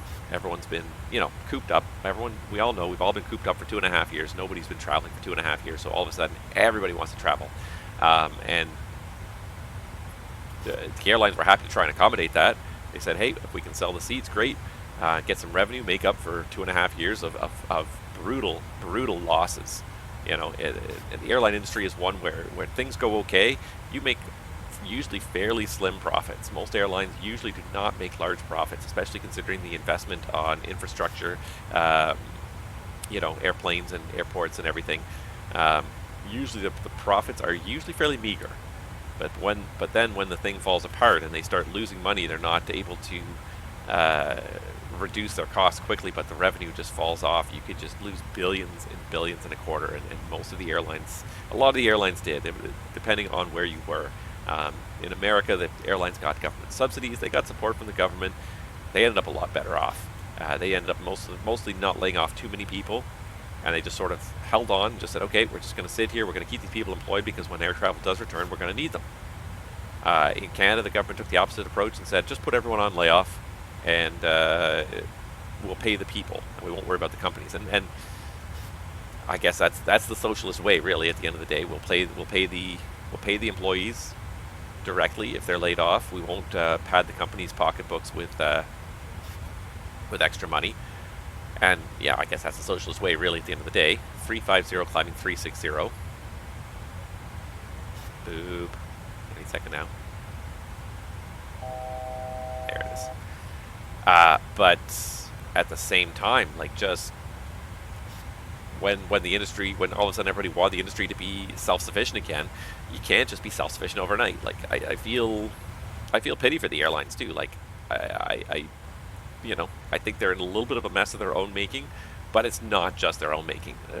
In Canada, the government just completely abandoned the airlines, but then expected them to pick up the pieces and be ready to just run again as soon as hit the ground running as soon as everything lifted.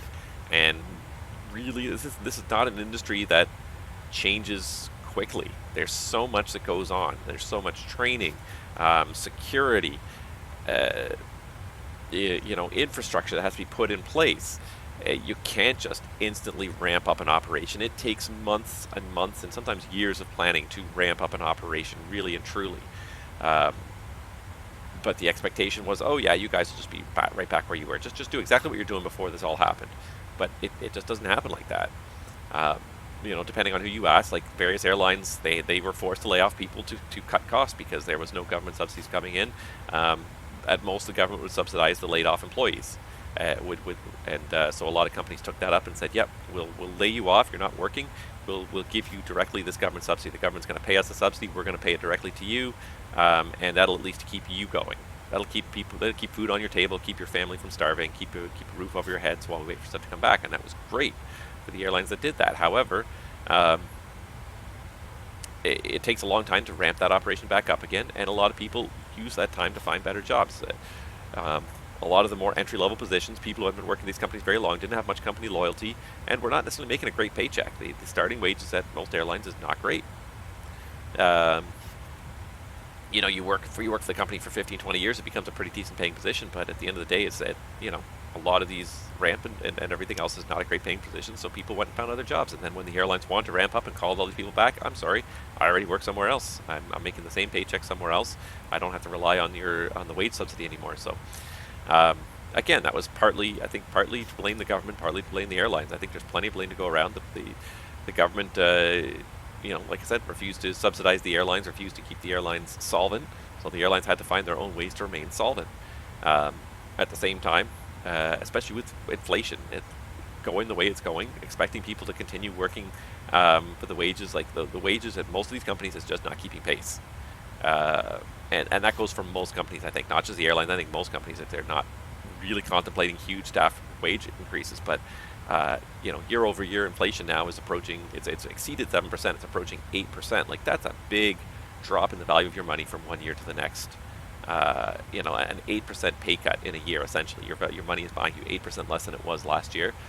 That's a substantial pay cut to take in 1 year. And certainly for people who are in the lower echelons that are just sort of eking out a living, that is the difference between putting food on the table and not. That is, I'm lucky to live a comfortable enough life where I won't say it's not having an impact on my bottom line, but it just means a little bit less luxuries, a little bit less discretionary spending. It's not going to be a question of not putting food on the table. But I tell you this, I certainly do get sticker shock every time I go to the grocery store. When I go to the grocery store and I buy food for my family for a week, I went last week, and I spent just under $500 at the grocery store in one go, buying about 8 to 10 days worth of food for my family. Is usually about how much I end up buying, because I can't go the same day every week because of my work schedule, so I often tend to buy just a little bit more and try to sort of stretch it out for about 10 days. But almost $500 to feed my family for just over a week, and I do not shop at the expensive store. I go to the cheap grocery store. I always have. I don't believe I have to spend a whole lot of money on, especially the dry goods, processed foods. It's the same product no matter where you go. The produce, it definitely is better at the higher end stores, but the dry goods, same product, $1 or $2 less a box. at the cheap store. So I've been going to the cheap store for years. I can't believe how much money I'm spending in the last year. Absolutely insane. I don't know that we can. I don't know that that society as a whole we can keep this up. Definitely something's going to have to change, and they're talking about a major interest rate hike, maybe even 0.75% in one go at the next meeting, which would be crazy. I can't remember the last time. They said it was about 12 years since they last did a 0.5% interest rate hike.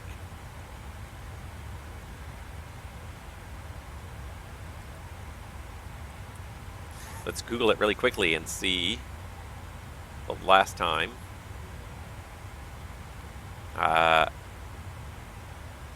So in the U.S., the last time the Federal Reserve raised the rate by 75 basis points by 0.75% was 1994.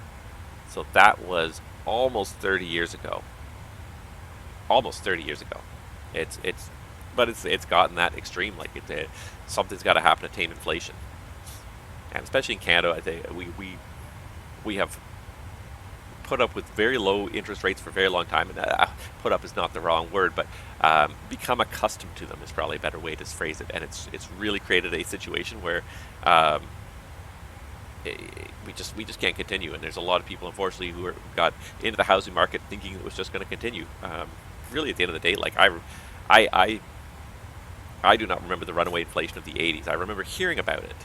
I don't think I even remember my parents talking about it at the time.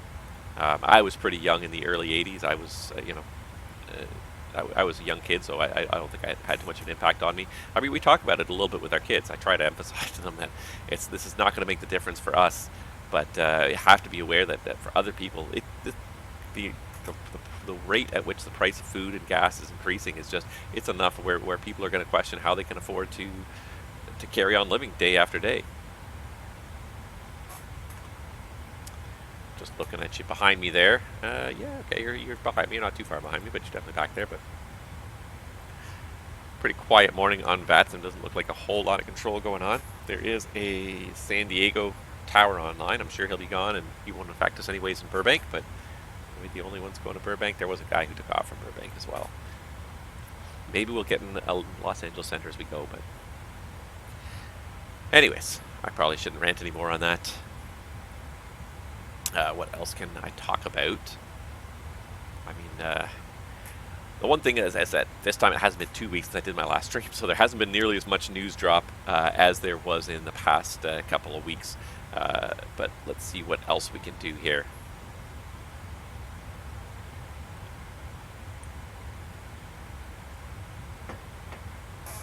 All right, let's see here. Just going to have a look and see what else has come up in the Flight Sim news stream lately that maybe I read about and forgot. I think we talked about the 40th anniversary of Flight Simulator last time, because I think I remember asking everyone what their first version of Flight Sim was. Mine was FS4. That was a long time ago. Let's see here. A2A simulations for previous Comanche. Not a whole lot of like terribly crazy stuff. PMDG is delaying their 600 release again. They're hoping to bring LNAV, the updated LNAV algorithms, to the whole project soon. We'll see what happens.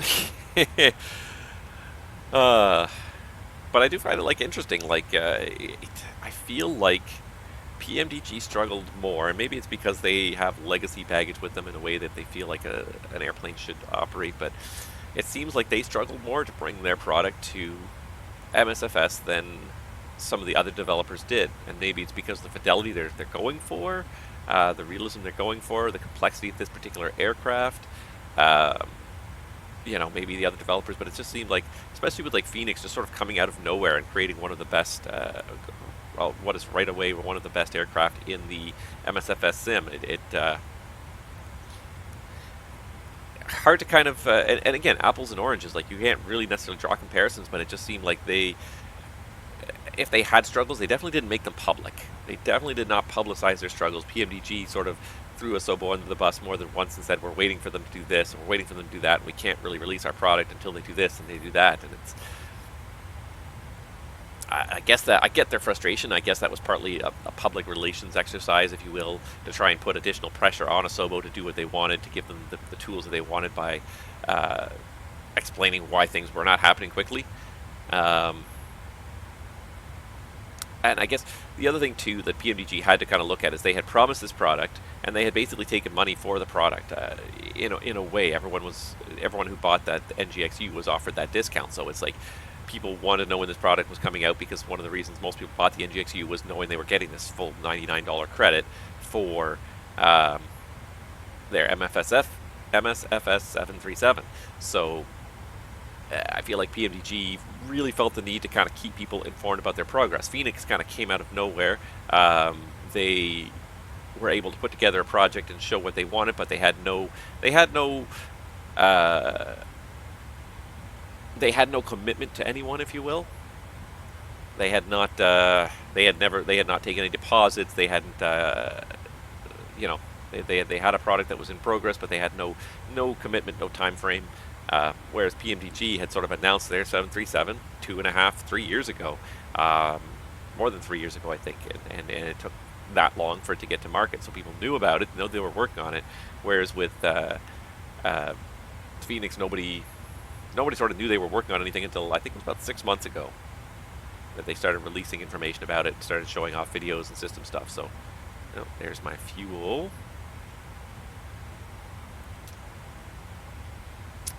So yeah, it little different situation there, I guess, for Fenix. But I find it funny, like they seem to manage to bring a product that has almost at least as much stability, if not maybe even a little bit more stability. Today, I don't think I have the clipping problem. All of my displays aren't working properly, but I tend to get this clipping problem on the PFD number 2. Sometimes it comes in on PFD number 1 as well. But yeah, we have these kind of issues like this, and they have yet to be resolved. We don't even have an EFB, and Fenix right away, launched with their EFB in place, and it seems like a really useful little tool. Takeoff and landing performance calculations on it, setup and everything on it. It feels like a really, really useful tool. So we'll definitely have to have a look at the Fenix 320 in the future. Definitely looks like a very worthwhile product. And the Mad Dog as well. The only thing that's getting me about the Mad Dog is that chapter 2 of A Pilot's Life. And I was running chapter 2 here, and I have to really have to validate my serial number again. There's an update, and I have to validate my serial number. Oh, for crying out loud.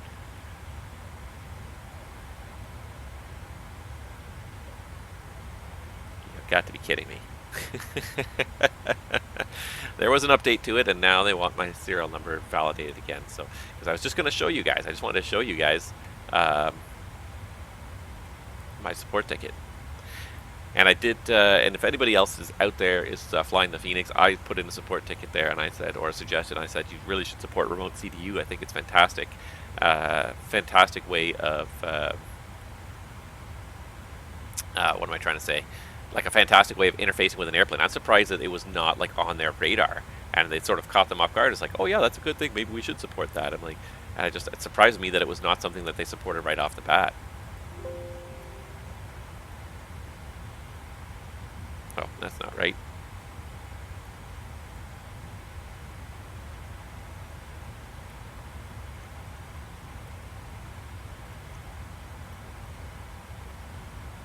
There we go. Now I think it's working. There we go. All right. I did put in a ticket to suggest that they in analysis. So I put in a ticket, just said please allow a few more airlines to use the Mad Dog. It's in analysis, so they're looking at it. Just because if you, where do I see it here? No, I have to go to shop. Shop, aircraft licenses, and if I click on the NB80 family, this is all the airlines that I can fly the NB80. So ATA Airlines, Bulgarian Air Charters, Iran Air Tours, Kish Airlines, Laser Airlines, Venezuela, World Atlantic Airlines, Zagros Airlines. Like, it's a very small number of airlines that you would get to fly with the MD-80. And really, especially for me, because I'm kind of I am a North American-centric streamer flyer. I know the system, so I like to fly it. Yeah, I didn't buy the Mad Dog right off the bat because I don't think I can fly it on stream. I don't really, none of these airlines, like they're all in parts of the world that I really have no scenery for, that I don't necessarily want to fly around in. So it's a hard justification to buy the Mad Dog without having a couple of these more traditional airlines, and so it's a bit disappointing because it is an aircraft that I do want to operate. It's a fun airplane to fly. It's much like the 737. There's a lot of manual work involved.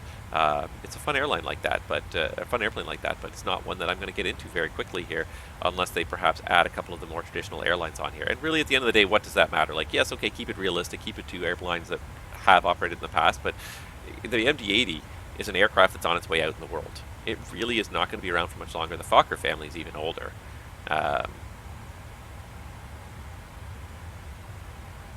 Fokker went into bankruptcy in 1996, so there's a few more airlines here that are still operating Fokkers, but you know, you look at some of these things, like there's almost no point in buying some of these type ratings. The MD-80, I guess that's why they discounted it to $1,500, because there's not that many airlines it's available for. Ditto for the 717. Only a handful, 1, 2, 3, 4, 5, 6 airlines operate these types of aircraft. Jazz, since when does Jazz operate a 717? But yeah, it's a bit of a disappointment. So hopefully, maybe they'll consider others. What do they have listed as others? BA-40, Learjet 45. So if you want basically to work corporate, I think BA-46. There's a fair number. Interesting. I never even noticed there's an others category down there. It's a neat mechanism. I like it. I just sometimes you've got to be a little bit liberal with your rules, especially because like the MD-80 is a classic airplane. It's not one that's used in the modern times really much at all, but it's a classic airplane, so we should be able to invest in the classic airplanes as well. I'm starting to have some money. I'm beginning to wonder if I should invest in something here. I should invest in some education, situation awareness, leadership, and teamwork, or if I should invest in some financial education and start making some extra bonus money every time I get a paycheck. I have not gotten. I've slowly been. I've been working about on average 1 flight every week. I've been trying to kind of keep up with it. It's tough to find. Like, I've just been working nonstop. I've been working so much. I have not had the time to really do a whole lot of flying, a whole lot of work on sim. I got to control a little bit last night. It was kind of fun. It actually turned into a very busy evening. I controlled Vancouver for a good almost 3 hours last night. 2.5 hours, I guess. 2.5 hours, I guess. And it got really quite busy. Not like insane busy by any means, but steady enough that I never felt bored waiting for something to happen. There was enough airplanes flying around. There's always about 4 or 5 airplanes that I was kind of dealing with, but it was enough that the work was steady. It was great. I enjoyed it. Inbox salary income credited. I got $58 for the flight I did the previous week. I'm over halfway to my next rank, which usually comes with a pay raise, so hopefully that'll help accelerate my earnings a little bit, because I've only got $1,100 in the bank account. It's going to take a little while to get to the next purchase in the shop. The first purchase is $2,500, or a type rating for like a 320. If I want to get the Fenix 320, is $2,500, I believe. So I'm not sure why it changed from dark setting to light setting. Something's going on with this. I had dark theme on before. There we go. That's better. Oh, that looks much nicer now. Reinstalled it. Yeah, didn't like it. But we will get into this next. As soon as we finish the 4 flights we're doing for my Chapter 1, I will reset this career, and I will start again, and then you guys will watch me work my way up through the ranks of a Pilot's Life version 2. Oh, there's the other fuel tank. Alright, so the center tank is empty. We got 8 tons in each main tank now. We're going to do a fuel check when we get to Echo Whiskey Mike. That's at 15:34, so it's in about 25 minutes. We're going to do that next fuel check. Odd pattern. Is this oil country? Are we in oil country here? Is that what that is? Are those all oil wells drilled across the whole area? Is that what that is?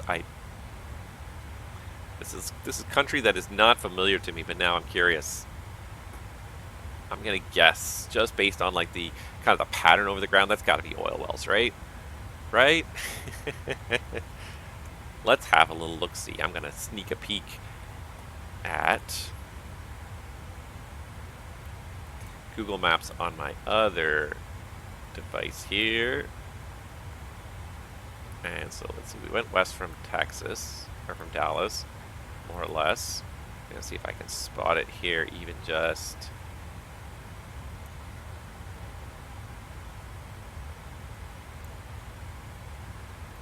Yeah, okay, so I spotted where we are, I think.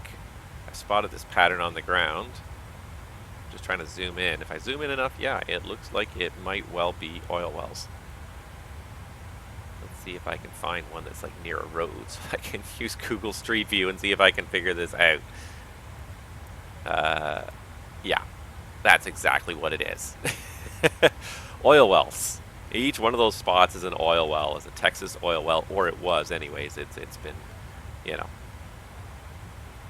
I'm sure that many of these wells have run dry, but the roadways that they created and the little areas they created for each oil well for constructing and storing the equipment for each oil well will not heal over nearly as fast as the oil probably ran out on each well. But there we go. We are kind of approaching the west edge of Texas. And in fact, we might even be in New Mexico already. The one I zoomed in on is already actually in New Mexico, so we might actually have already left Texas. Just get rid of the...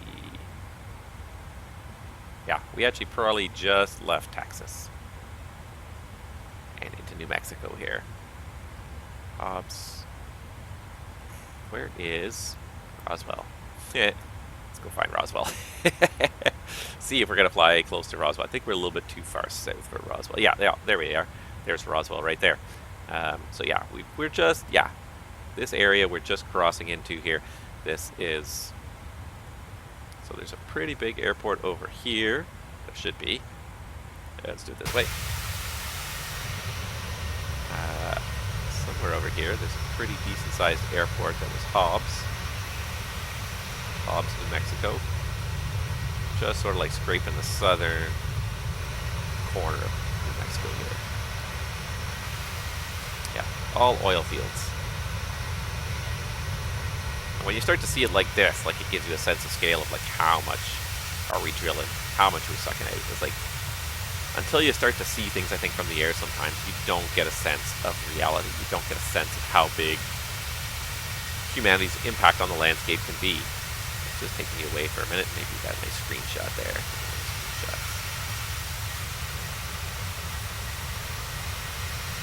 Let's do this as well. Maybe do it this way. This is also fun.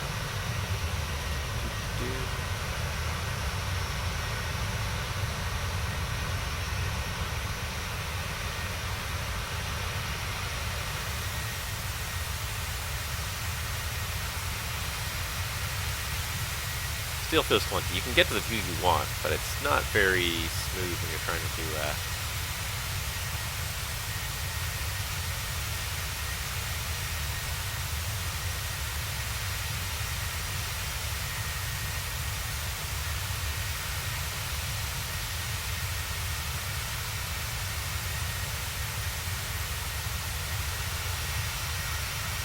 still not very smooth when you're trying to do these things, but it is a pretty mean looking machine.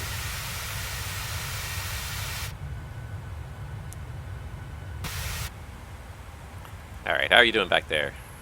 Still sticking with me? I think you're only like, I'm pretty sure you're still on the TCAS there. So yeah, you're sticking with me pretty close there. You're what, probably about 20 miles behind me, maybe? I am grounding, let's just see here for the sake of argument. I am grounding here at 472. We're doing Mach 80, Mach 79. So it looks like you're doing a pretty good job keeping up with me. And I think you were flying the 320, right? If I recall correctly, I saw earlier in the flight. Yeah, about 20 miles, and you're flying the 320. So usually I find the 320 goes a little slower. There's one thing about the American pilots and American made airplanes is they're just designed to go fast, and they want to go fast all the time. And it's hilarious as a Canadian to fly into the U.S. because we always fly a relatively low cost index, and we're always flying at relatively low speeds. We're usually doing like 260, 270 in cruise, sometimes 250. And then they're always asking, well, what's your speed? Yeah, can you pick it up to 300 knots? Oh yeah, we can do it. The company just doesn't want us to. They'd rather we save the fuel burn. But in America, it's everybody is always doing 300 knots, and then they'll say go normal speed, and they're like, wait, what? What's your normal speed again? 250. Why would your normal speed be 250? No. You need to do at least 280. It's a funny thing because like they assume that everyone wants to go fast because all the American flights want to go fast. But what I find funny about the American controllers is that they haven't figured out that the Canadian companies all prefer to go slower. That we'd rather go slower. That the operation is predicated on spending less money on gas, and it's not a new thing. Been the same way for the most part for most of these operations. Occasionally you get a flight that's exceptional, that's planned to go fast to try and make up some time or something, but most of them are planned slow. But they're always thinking we're going to go fast because all the American planes go fast. Pushing 8.1 to try and catch up. 8.1 will get you it'll get you about 10 knots, so yeah, you'll catch up to us about the time we get to Burbank. It'll take you the full 2 hours to catch up. That's okay.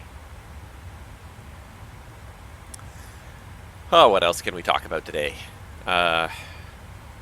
Scroll back through my feed even further, but I didn't see anything that was really that crazy out there. I don't think I've even downloaded the latest update to World Update 10. I don't think I've even downloaded World Update 10 yet. I've been working nonstop. Today is my first day off this week. I have worked 10 out of the last 13 days. So I have only been home for 3 of the last 13 days. So it's been insane, like work. Like I'm not at home to really get anything done. I've got all sorts of projects I'm trying to get done, and I'm not getting any of them done because I'm just never home. And when I go to work, I just spend my entire day sitting at the airport waiting for something to happen. By the time I get home, it's just exhausted, no mental capacity. I timed 2 minutes between our takeoffs, maybe a bit too much. No, that's good. That's a pretty, that for in-trail sequencing, that's pretty. I would say that's a pretty good plan. It'll keep us within sight of each other. I don't know if we're quite even within sight. I wonder. Let's see if V-Pilot. Yeah, no, it's drawing you. You're just within the range, I think. It says 19.4 miles. So you are being drawn with the American Airlines A319. So it does know who you are and what you are. It's got it all drawn correctly. Yeah, I guess you're slowly gaining on me, just a little less than 20 miles now.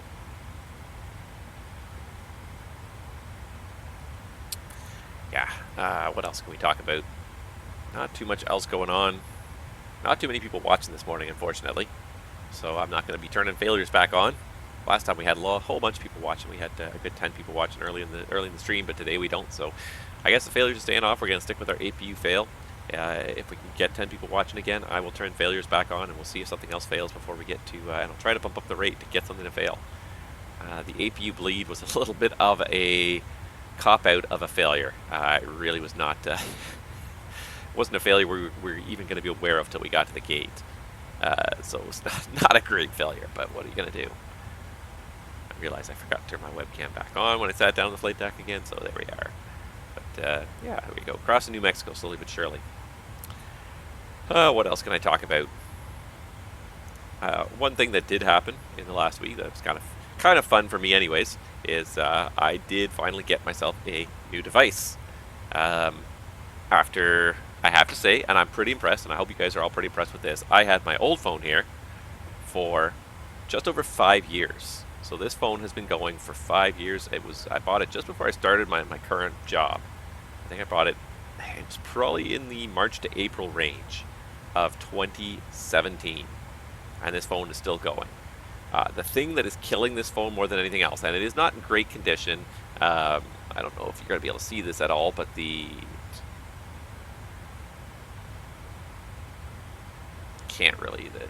not really catching it. Yeah, a little bit. You can see that the glass is becoming delaminated at the top edge, and also that there is a giant crack. Probably can't see it unless I put something up there.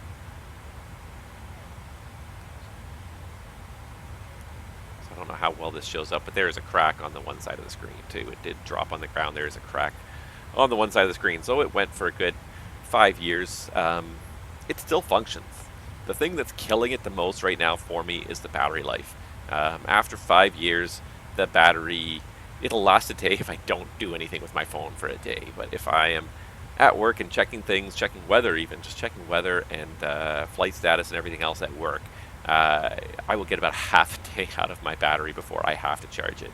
And if I'm doing anything even more intense than it just really eats through the battery very quickly. So it's the battery that's killing it. The phone is fine. It still works. It's an Android phone. It still runs all the apps I want to run. They run at a decent speed. There's no problem in terms of speed or operation or anything like that. It's just the battery that is killing it. And someone asked me if it was worth if I thought about replacing the battery. I briefly considered it, but at the end of the day, the screen was cracked too, which really was kind of bugging me a little bit. And the front glass is starting to become delaminated, so it's time. So I did get myself a new device. The only reason why I still have my old device in my hand, I'm not using this new device, is I don't have a case for it yet. I ordered a case for it. The case I wanted was not in stock, so I had to order it, get it delivered. Unfortunately, it's probably be about another week, so I'm going to put up with my old phone for about another week, and then I'll be able to take it. The other thing, of course, that with the new phone is it's a USB-C charger, which is great, except for the fact that I have almost no USB-C cords in my house because my wife got a USB-C phone. It's about a year ago, I think she bought her new phone. And it was a USB-C charger, so she has one cord for that she charges it, and that's it. So I went and ordered a whole whack load of cords as well, because I have chargers. Because my phone runs out of battery so quickly, I have chargers in every corner of my house. I have them in the car. I have a charger in each car. I have one on this desk. I have one in the kitchen. I have one in the two. I have one. We each have one in the bedroom. We have one in the, we have chargers everywhere because my phone, I was constantly charging it everywhere I went. So I ordered a whole array of cords of different lengths to be able to replace and upgrade all those to USB-C. It's going to be a little bit annoying because the tablets, children's tablets, are still USB, are still micro USB. So we're going to have a bunch of cords floating around for a while. But yeah, it's nice to be on that new universal standard. Probably the single nicest thing about USB-C that just makes me love it so much is just the fact that it's reversible. It doesn't matter. You don't have to flip the cord over. It doesn't matter if it's top or bottom. It's just reversible. It's such a simple standard, and yet how many times do you go and put a USB plug into a port and you always have to flip it over 3 times before you figure out which way up it's supposed to be? It's such a simple idea. And the first person who even proposed it, probably everyone's like, oh yeah, why did we not do that for the last 15, 20 years with USB-A and micro and mini and all those other USB standards? Why did it take us 20 years of USB ports before we finally said, why don't we just make one that works whether it's upside down or not? Nobody cares. Just plug it in. Such a stupid innovation. It's stupid in the obviousness of the innovation. It's just like, why did we never think of that in all this time? Yeah, what a nice, kind of a nice, nice to have a new device. It's still an Android device.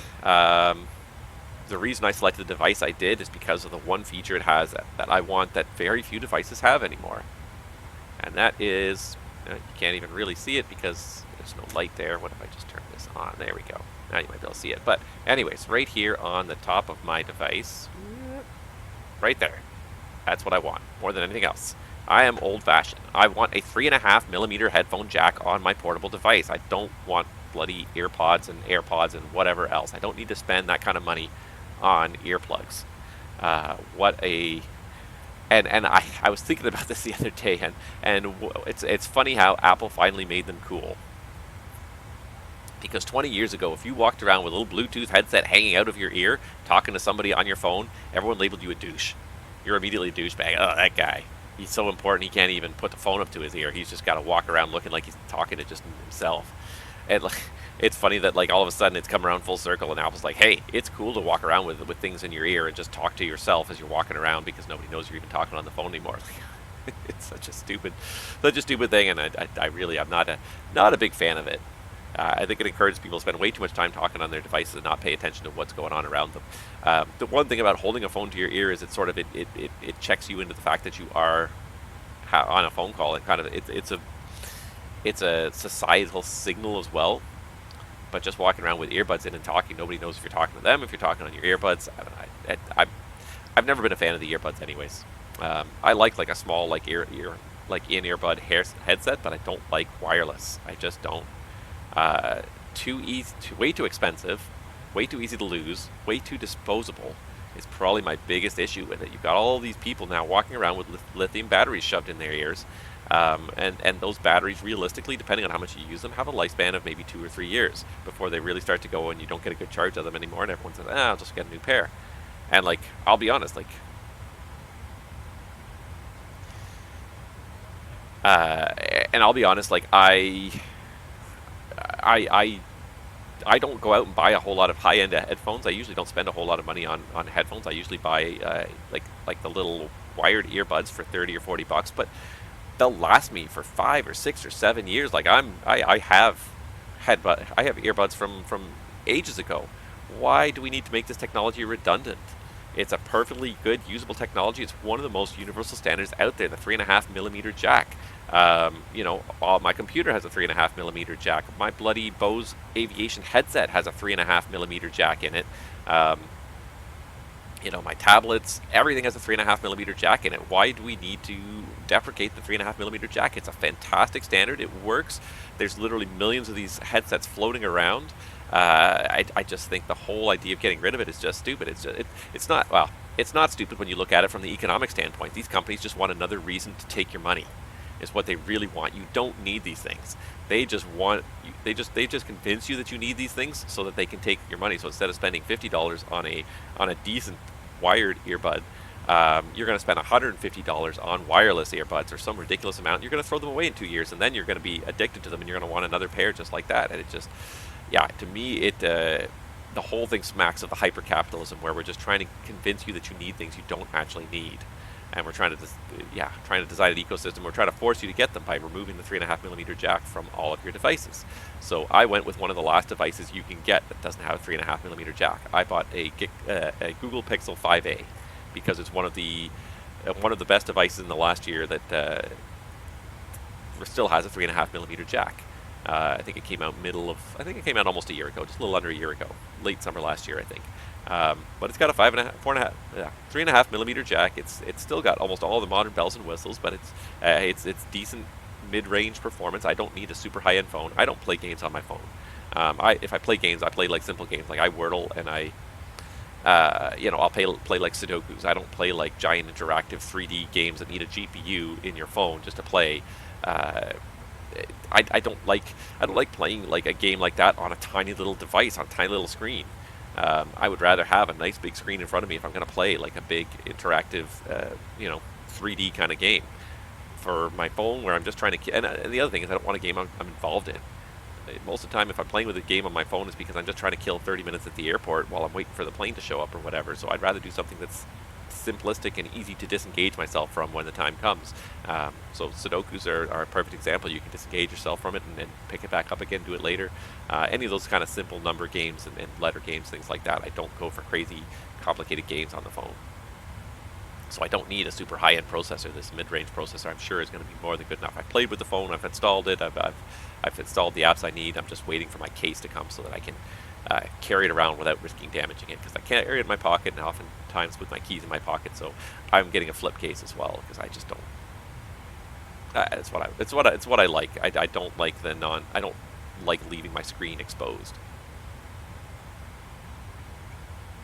That was one of the neatest things I think about my old Samsung phone, was this case with the window in it, and it's all out of alignment now, but it would just show you the clock and everything in the window, and your alarm and everything would be in the window. So I really love this case. I thought it was a very smart, intuitive little case, lots of neat little features. But yeah, I do like a flip case. And the other thing too is that you can stand up the phone and on a desk or whatever on the dash of the car and have Google Maps going while you're trying to get to somewhere. Yeah. Anywho, but yeah, I'm old school. Don't bother buying me earbuds for Christmas, because I want a wired headphone. I think you're also not struggling to always charge them and carrying them around. It's just technology that just works. It works. It's not overly expensive. It's not overly disposable technology. Like I said, I'll keep these headphones till they break, and my earbuds, like the wired earbuds I have, most of them I've had for at least 5 years. I think the last pair I got came with my last phone, so I definitely keep them for a while. They're not to me they're not a disposable technology. Like if they break, I will get rid of them, but they're rugged enough that they will last a while, and you don't have to worry about the batteries running out. Batteries are the bane of so many devices these days. I bought a lawnmower just a couple of weeks ago. I had to buy a new lawnmower because my old one, I finally broke the frame on it after 12 years. Literally snapped the metal frame on it after cutting the grass for 12 years. But and everyone's like, oh, well, why don't you get one of those wireless, rechargeable lawnmowers? I'm like, no, that's a terrible, terrible idea. Because a lawnmower is a device where you need like a fair amount of power. And you don't want to run out of charge halfway through doing the lawn. And you don't want a device where the battery's going to be at 70% capacity in 2 or 3 years, and now now it takes you two charges to do the lawn, or 3 charges to do the lawn. Like, you don't want that. Like, it just again, like, a wire is so much more reliable. The benefit of a wire of not having to drag an extension cord behind you is definitely more than overshadowed by the limited lifespan of the battery.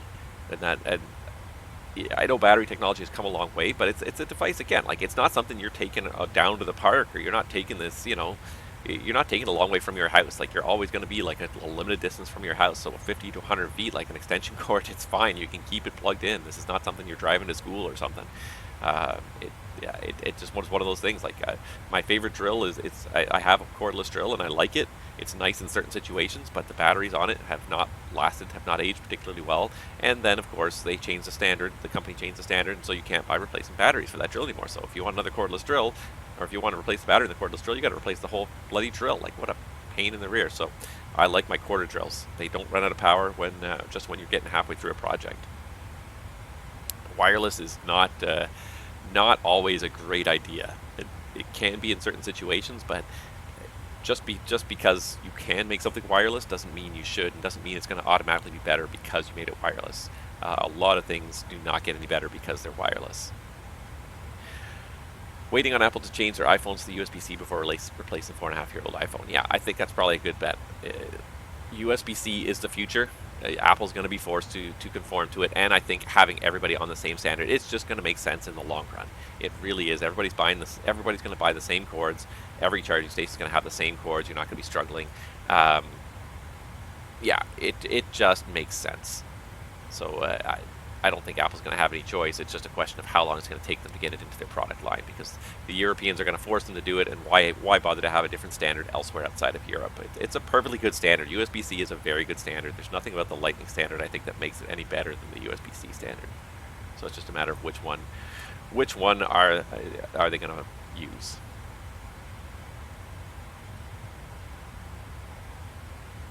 All right, we're just coming up on our check here at Echo Whiskey Mike. I honestly did not note the takeoff time, and I said that last time, and I said I should note the takeoff time, but I did not.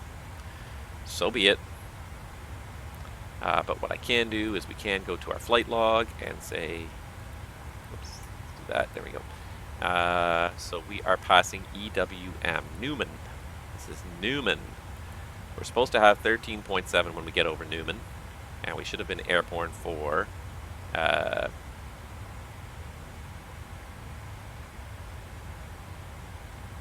13.7, and we should have been airborne for 1 hour and 6 minutes by the time we get to Newman. So here comes Newman. So if I had a pen, I'd scroll it in there, 14.3. So we're up about 600 pounds on the fuel, and an hour and 6. I don't know if we're up. I honestly do not know what time we took off at. I don't think this keeps track of it. If we had an ACAR system, it would keep track of it, but we don't.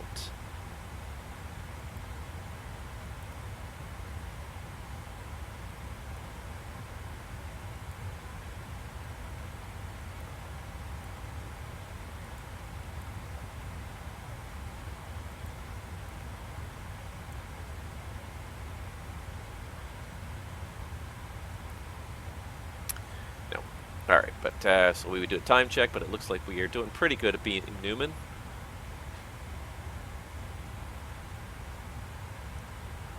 And Let's see how we're doing here. So time-wise, we are showing right now arrival at 1711. So it looks like we're even making up some time. I think the wind has shifted. The wind's... Wait, I have a wind vector on here? Where's my wind vector? Should have a wind vector on here. Or do we just have no wind and that's why we don't have a wind vector? Because our ground speed and our true airspeed are basically the same. So we basically have, I think, almost no wind. Wind 179 at 4. Yeah, there's almost no wind on this.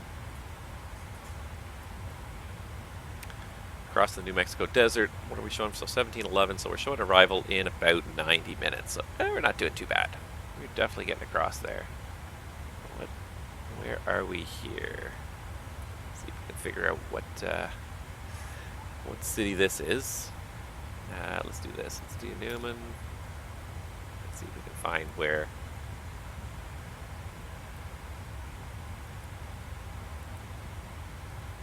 Alright, so there's Newman. Looks like the Newman VOR is El Paso.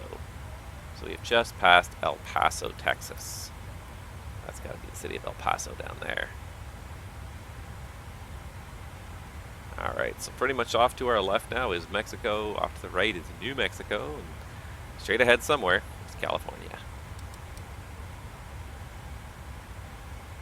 So, EXK, and then we'll go to Fred. We'll do the arrival there. So, not too bad. We're getting there.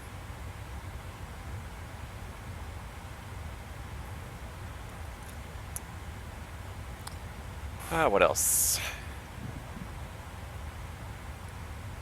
Trying to think what else we can talk about here.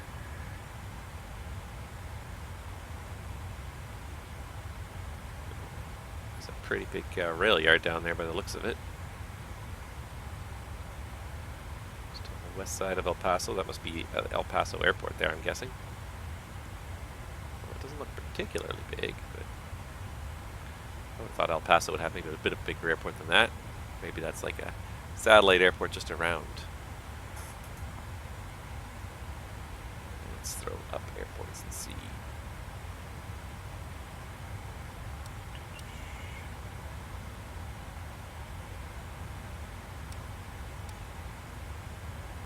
KDNA. And no, that is Dona Ana County International, so that is not the El Paso airport. We passed El Paso International back there a little ways, so that was definitely not El Paso. Paso Airport was somewhere back there in the main part of the city, I guess. Over there.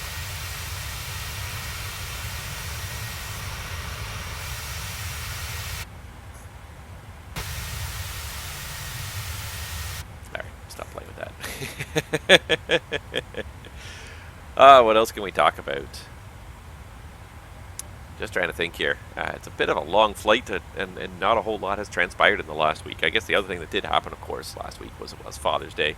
So to any fathers that are watching this stream or that end up watching this video on YouTube, a belated Happy Father's Day to you. I certainly hope your family remembered you and treated you well. My family did. My family treated me as well as they could, considering we had to do something 2 days before Father's Day because, like every other holiday, I was at work when the actual holiday struck. So my family was nice enough to get me some really nice things. Got me a nice shirt. They got me some nice beer, which is always welcome. And they did get me one more thing as well, which is kind of nice.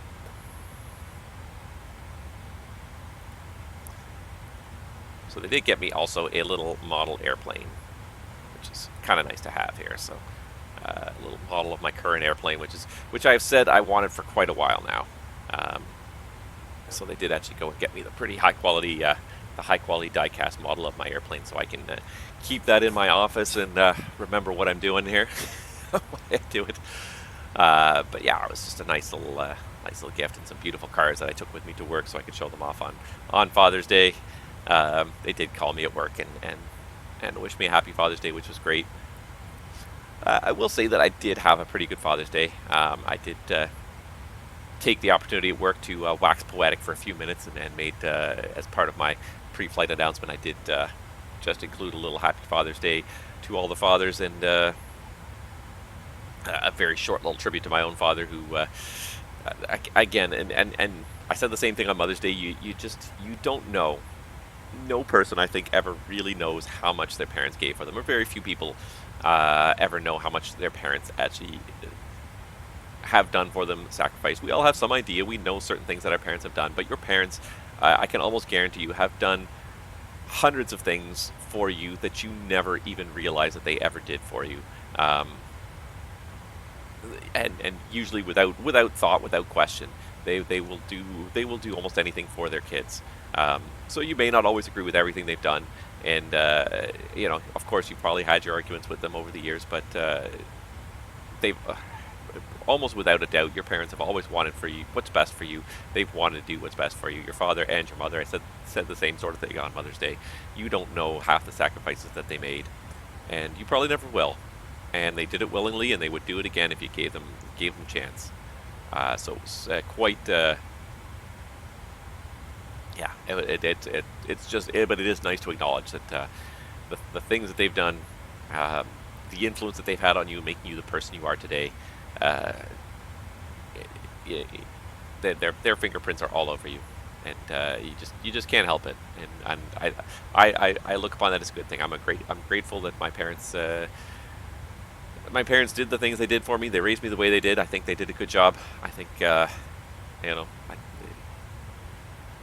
they instilled in me a sense of integrity and responsibility that I think is getting harder and harder to find these days. People will do almost anything they think they can get away with. And I've always loved that definition of integrity. Integrity is what you do when nobody else is watching. It's easy to do the right thing when other people are watching you. But when you take away those other people, and you're just doing things that nobody will ever know about or find out about it, do you still do the right thing or not? You know, you find a wallet on the ground, and what do you do with it? Do you pull the money out and then hand it to the police? Do you just hand it to the police directly? Do you just leave it where you found it? Like, these are the kind of things, like, no one's there, no one's looking, no one sees anything. What do you do? Do you take it? Do you do, you know, it's, yeah. No, that's integrity. That's what my parents taught me. My father and my mother both taught me that. What do you do when nobody else is watching? And thank you to them for it.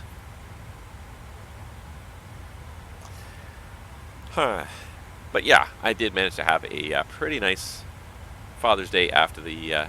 Anyways, even though I didn't have my parents with me, or my kids with me, didn't have much of a choice. But we did actually go and visit.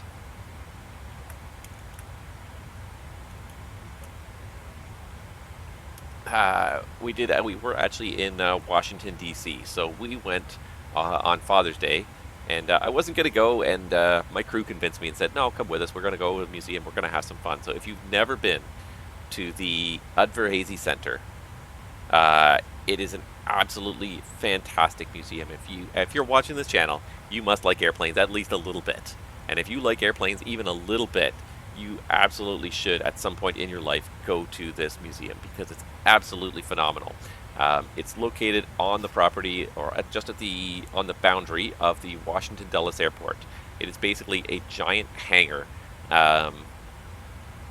It's a giant, like, 3-part hangar that is just filled with some of the most remarkable aircraft out there. And this does not look like it's up to date. This looks like it might be a little out of date, this picture, but they do have a space shuttle orbiter in this museum. They have just an astonishing array of aircraft. It's a beautiful museum just even to look at the museum itself. The museum itself is beautiful, but you go inside and they just have the orbiter. You know, you can't actually touch these things, but you can just walk around it and just appreciate the fact that this thing was orbited the Earth probably 1,000 times in its career, carried probably 100 different astronauts into space, went on probably at least a couple dozen different missions, and yeah, it's just amazing to sit there and kind of look at these things. They have an s07e09, which is just phenomenal, just to go look at it and just think what a amazing piece of technology this was, how leading edge, cutting edge this was, and even now it still looks like a cutting edge aircraft, even though it's been retired. I think the whole fleet has now been retired, but it still looks like a cutting edge aircraft. It's an absolutely phenomenal collection of airplanes from the entire history of aviation. These are not my pictures. I just Googled it, and literally this is what came up. But just to give you an idea of some of the stuff you can see here. There's the SR-71. You know, and you get like some of these original old airplanes. There's warplanes. There's classic civil airplanes. There's even captured German airplanes.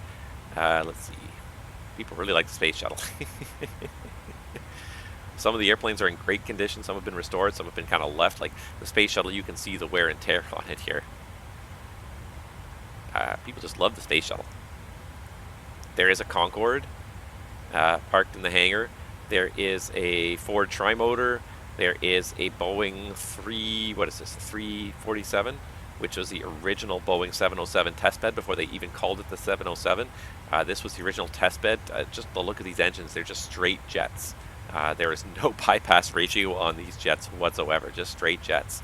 And yet, like, really at the end of the day, like, the basic outline of airliners has not changed that much since the day of the 707. Yes, most of them have gone from 4 engines to 2, but the basic technology. In this demonstrator, I actually noticed there's no leading edge lift devices. It's just all flaps, but no slats on the leading edge. This is amazing too. The Enola Gay is parked in the hangar here. You can actually see inside it. There's a walkway over here. You can actually see inside it, and it's quite something to see it and look at it. And think of how big a crew you need to operate this aircraft. You needed a crew of like 5 or 6 easily to get this airplane to its destination, fulfill its mission, and come back. And I mean, it's a very somber, unfortunate mission that it fulfilled. But on the other side too, like, you've got to think that, like, the atomic bomb probably actually saved millions of lives in the long run by shortening the war by probably what would have been 2 or 3 years easily. And so in the long run, perhaps it saved lives. It's a horrible thing. Hopefully we never do it again, but nevertheless, it's quite a historical airplane. And just to look at the size of this airplane and think about how this airplane functioned, you look in here, and it's funny because, like, you can see inside the flight deck, and you can see, like, the captain really didn't even have any control of the engines. He was flying the airplane, but the power levers were like 10 feet behind him. But the flight engineer station, he'd just tell the flight engineer what kind of power setting he wanted, and then the flight engineer would actually do it. The captain couldn't even really reach the throttles on this aircraft. I believe that's the Hurricane. It's just an absolute, if you ever have a chance to go, even just for a couple of hours, to go and look around this hangar and see the array of airplanes in this hangar. It's just absolutely phenomenal. Not just airplanes, but they also have rockets, rockets and missiles. They have like a moonlander. They have a part of one of the Saturn V rockets. The Saturn V is so huge you can't see the whole thing, but they had a part of it. Just an absolutely phenomenal place to go look at. And one of the really neat things about this, the whole thing too, is that the workshop is in the back of this museum, is completely visible to the public as well. So if you go there on a weekday, you'll see engineers actually slowly restoring some of these aircraft that they've found that have been donated. They do have a DC-3 that's undergoing restoration. Just amazing to kind of go and see them, watch them do this, watch them put these airplanes back together that have been in terrible condition. So people really like the space shuttle. Like half the pictures are of the space shuttle.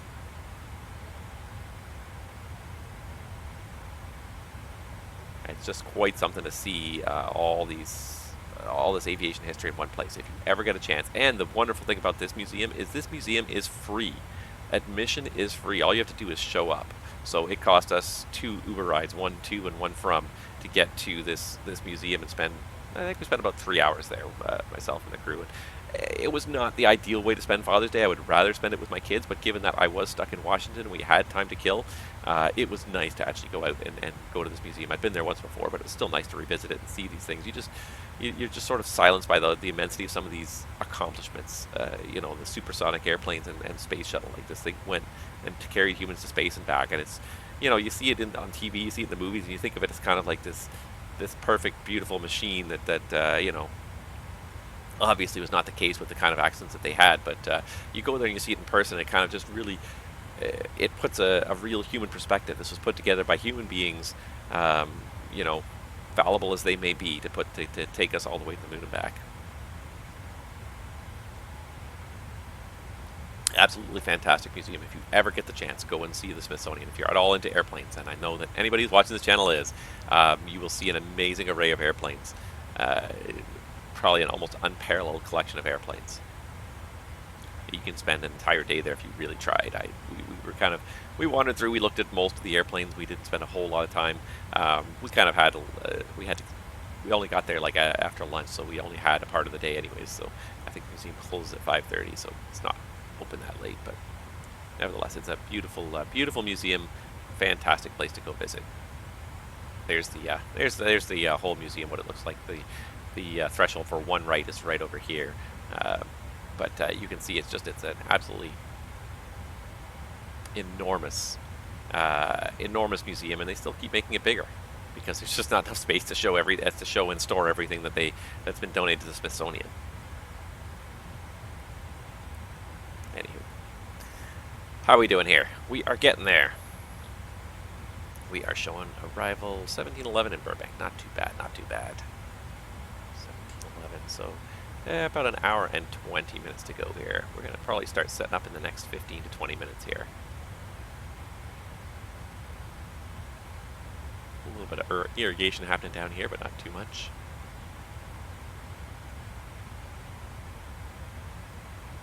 SSO. What do you think SSO is? I do not know my VFR. Well, VFRs. VORs. Wow, I can't even talk. SSO. San Simon. Does not look like any particularly big places down here. We're probably already kind of just approaching the New Mexico-Arizona border. We're probably going to be Arizona. Looks like we're going to fly almost right over. I'm guessing this is Tucson here. No, sorry, that's Phoenix. That's Phoenix. That's Tucson down there. That's Phoenix. So we're going to fly almost directly over Phoenix on our way west. And shortly after we leave Phoenix, we're going to be heading out to California and starting our star. Let's just check the pilot. Still no ATC online. No real surprise there. San Diego Tower's gone. Burbank. Got another departure out of Burbank. Got another departure out of Burbank. Got two more departures out of Burbank. We are slowly making our way there. Not much ATC online this morning in North America. Boston Center. Boston Center never fails to disappoint. That's about it. Got a couple of towers online. A couple of ground controllers. A couple of towers. Really not that much going on in North America today. Looking at Salt Lake Center, there is one aircraft in all of Salt Lake Center right now. Minneapolis Center's got like 3 airplanes in the whole sector, so kind of a quiet morning here on VATSIM. Not surprising. Next week, I think I'm going to try and do a stream in the evening. I think the evening stream is going to work best for me next week. I only have one day off all of next week, so I think evening stream is going to be where it's at next week.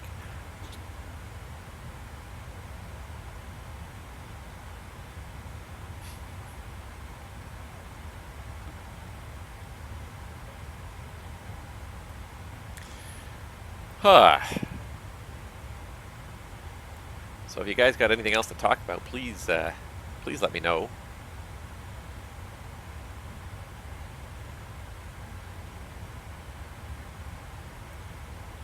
Just trying to see right now if there's anything else much to talk about. I think I talked about most of the topics I wanted to talk about, really. Yeah,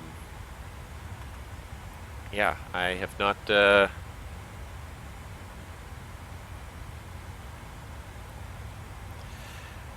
There goes SSO.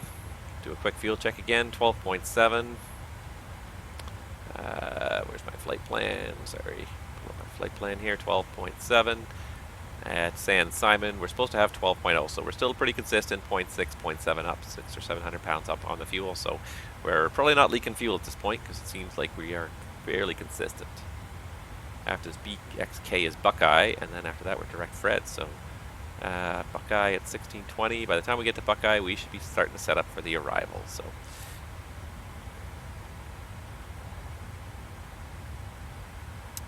Not much going on out in the VATSIM world today. I'm just trying to think what else is going on here. There was that letter. Let's see if I can find it here. And I thought it was interesting and maybe bears a little discussion. It's definitely worth talking about, maybe.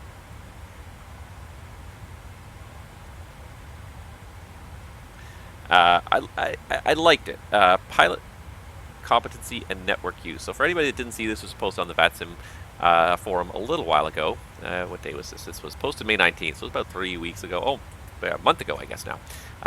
From the President of the Board of Governors. And Tim, shout out to you there. Dear members, there's been much discussion in various mediums recently about issues on our network related to pilots using aircraft that they are unable to properly operate, which in turn causes disruption on the network. The VATSIM Board of Governors has been monitoring this, and while this is not a new problem, it has been exacerbated recently by the release of some amazing new aircraft simulations. This post is to address this issue. 2010, I bought my first PMDG product, the MD-11 for F6. It was a complicated product, and even as an ATPL-rated pilot, I flew it offline for a couple of months before connecting the network with it. I've purchased numerous products since, and for each one I mastered the systems offline before connecting the network. As PMDG, Leonardo, Fenix, and other manufacturers bring their newest and most advanced products to the MSFS 2020 platform, it's important to remind all of our users that VATSIM is an environment for virtual pilots and virtual controllers to come together to simulate the real world of aviation. The absolute prerequisite to this is that pilots must know how to fly and properly control their aircraft before connecting to the network. For these advanced aircraft, this is not limited to knowing how to fly a heading and airspeed and altitude. If a pilot connects to the network using a simulated aircraft with advanced automation, they must also know how to use that automation. In almost every case, violating an ATC clearance and blaming it on your autopilot doing something you didn't expect is a pilot problem, not a simulation problem. In a recent Facebook post, a VATSIM member and good friend of mine reminded us all that the R in IFR means. I would add that we all know what the sim in VATSIM means. As I said in a post when I became the president of the network, we are an educational network dedicated to members who want to simulate real-world aviation. Connecting to the network to learn how to fly your aircraft is simply not why VATSIM exists. You cannot play in our sandbox if you do not know how to use your shovel. Follow the rules and respect the simulation. The VATSIM Board of Governors is currently working on updates to our Code of Conduct to codify a stricter requirement for pilot competency on the network. Additionally, a pilot feedback program is in the final stages of development that will assist controllers in providing meaningful advice and education to pilots through our pilot training department. In the meantime, network supervisors and administrators will be continuing to work hard to assist members. Please make note that if you connect to the network and are unable to adequately control your aircraft, you will be removed from the network and asked to either increase your skill level with your chosen aircraft offline before reconnecting, or connect to the network with a less advanced aircraft that you can adequately pilot without causing disruption to other members on the network. Ignoring these requests may require us to remove your ability to connect to the network for a period of time. As a member of this amazing community at all times, I would ask you to please respect the enjoyment of everyone connected to the network. If you have any questions or comments, please feel free to email me, president@vatsim.net. With love from Tim Barber. It is an interesting conundrum that we have reached in VATSIM, and it's a good problem to have in a way. We have an abundance of new members coming to this network that have never been on this network before. We have people who are new to the platform as a whole, I think it was the director of Flight Simulator over at Asobo, or one of the high-up managers at Asobo, basically said the same thing, that this version of Microsoft Flight Simulator is the most popular version of Microsoft Flight Simulator ever released. The numbers are, the numbers of concurrent users on it are growing constantly, and at least a percentage of those new users will end up on VATSIM at some point. The question is, will they know and understand enough about aviation and enough about how to fly their airplane before they do? The hope is yes. The hope is definitely yes. But with the advanced airplanes we have, like this one, at our fingertips, it is definitely very easy for a person to get in over their heads. It's one thing to set up the whole thing, the whole flight, on the ground before you get going, and just have everything kind of preset. Okay, what's my departure runway, what's my arrival runway, what's my arrival approach, and plan everything. But aviation is a dynamic environment. You have to be ready, willing, and able to adapt to changes. Maybe a different star from what you originally filed, a different runways in use, a different approach. You've got to be very ready to adapt, and that is probably that's kind of, I think, more than anything what Tim is speaking to, is the ability to adapt and make sure you can fly your aircraft and change your aircraft's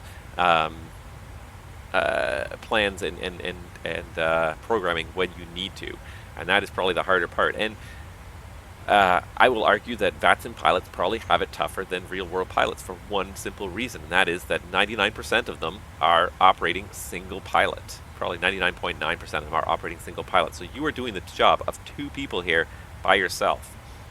Normally, when you're flying an airliner, you have two people up here. One person is flying the airplane, that's the pilot flying. The other person is the pilot monitoring, who's usually working the radios, communicating on the radios. The pilot flying is responsible for actually keeping the aircraft moving in the direction it's supposed to, altitude, heading, on course, all that sort of stuff. The pilot monitoring is responsible usually for running any auxiliary systems, making sure that the systems are running correctly, flipping off fuel pumps, lighting, and working the radios, flaps, gear, all that stuff. That's not directly controlling the airplane. Not only that, but when usually most airlines have a policy that below 10,000 feet, the pilot flying will not modify the FMS, that the pilot monitoring will modify the FMS so that the pilot flying is still flying. Unfortunately, in a single pilot environment, you are fulfilling both roles. So you're communicating on the radio, you're reprogramming the FMS, and you're making sure the airplane's flying. It's very easy to lose track of that. I think that VATSIM pilots have it tougher than real-world pilots in most cases because they are trying to do the jobs of two people in this complex simulation by themselves. And that's one place where Microsoft Flight Simulator falls down a little bit, and the aircraft that have been developed for Microsoft Flight Simulator fall down a little bit, is that we do not have the ability to share this flight deck with anybody else unless you have somebody actually sitting next to you in your house, working your controls while you're flying.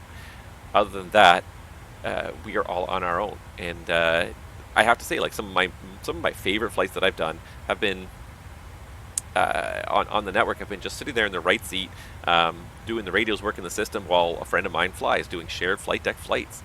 I hope that shared flight deck does come to Microsoft Flight Simulator before too long, and that some of the developers will go and support it with these advanced aircraft, because the more advanced the aircraft, ironically, the more you need that second crew member, even though, because there's so much systems depth, the harder it is to work out cockpit sharing, because how do you share so much behind the scenes information? Like, it's easy when it's a simple airplane and all you got to do is share position and heading and the current throttle position. But like, when you have all these systems running behind the scenes and the code executing behind the scenes, how do you link those two together successfully and transmit enough information across the internet, usually between two different users, to make sure that they are seeing the exact same things on the flight deck?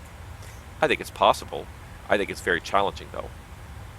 There is a lot of information that's got to travel back and forth between these computers, between the two players sharing the flight deck. But I think that PMDG and Fenix products, you need that. You need that shared flight deck capability, because we have so many. We have just so much workload to do, and especially when things get hectic. You get into a terminal area, you get a sudden change to the approach, the airport gets flipped around. You've got to get new performance numbers, you've got to set up a new approach, all that stuff. It's so much workload. Another point may be that knowing how to read the ground chart in more complex airports like Toronto and know how to taxi straight. Yeah, definitely. The nice thing, at least, about taxiing is that even if you do turn the wrong way, it's usually not too bad in most cases, unless you end up nose to nose with another airplane. You can usually kind of recover and turn people around. But yeah, absolutely. I think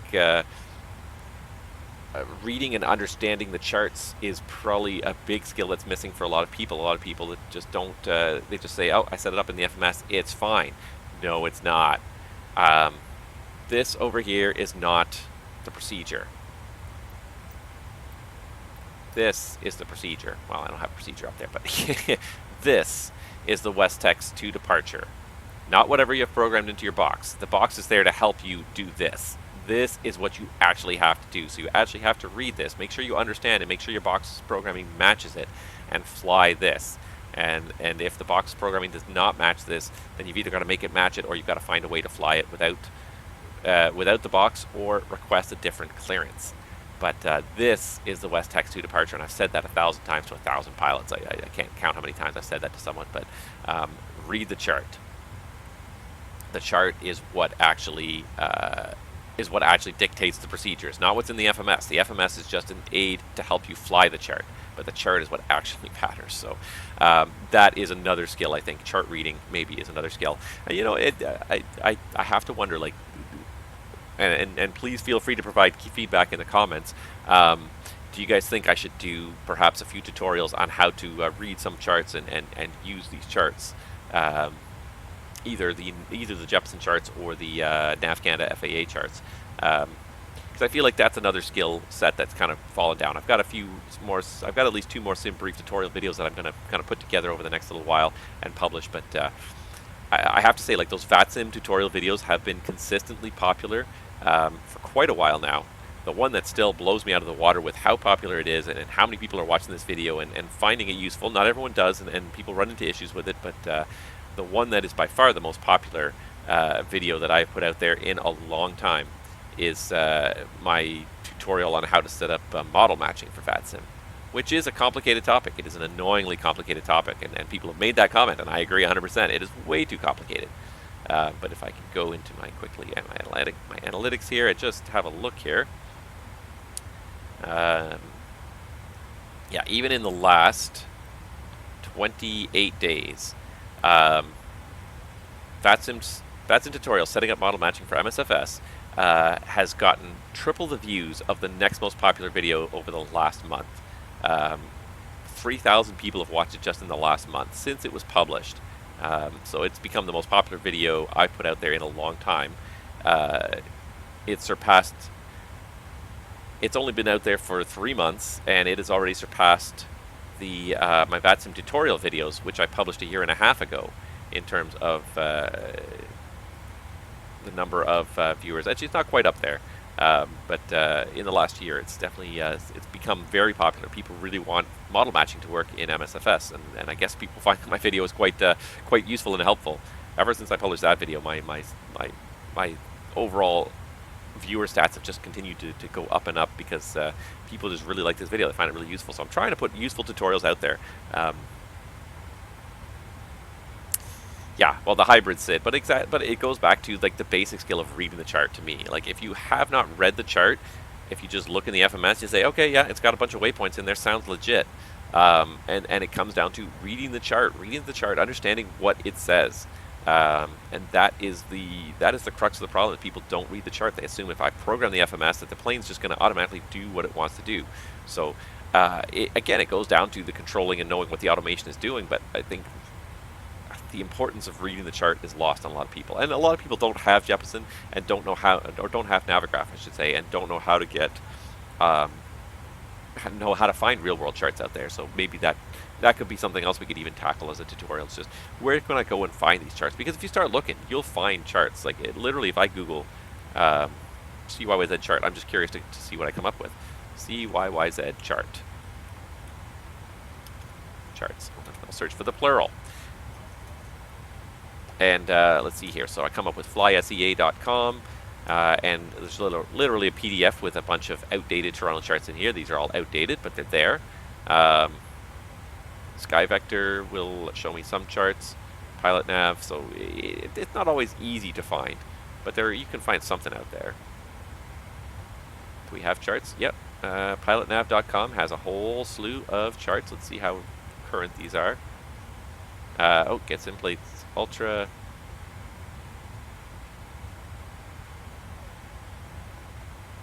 Telephone number. Click here to learn more. I don't know anything about this, so 70,000 plus sim plates. Dallas Aviation sim plates. So get by the iTunes store. Try a free demo. So yeah, there's free demo, but I'm curious to know how much it costs. But I mean, you can get Navigraph as well. I wonder if this is cheaper than Navigraph. Let's see what Buy Now says. I'm just curious. $40, and is that a one-time outdated charts kind of deal? Anywho, I think the Navigraph subscription is totally worth it if you're going to do any kind of realistic flying, especially if you're going to bother with a realistic modern jet, and then Navigraph is totally worth it. My Navigraph renews automatically, so I don't even know what Navigraph costs anymore. Now I'm curious again. I forget how much Navigraph costs. I think it's like $100. It's like $100 a year. Subscriptions.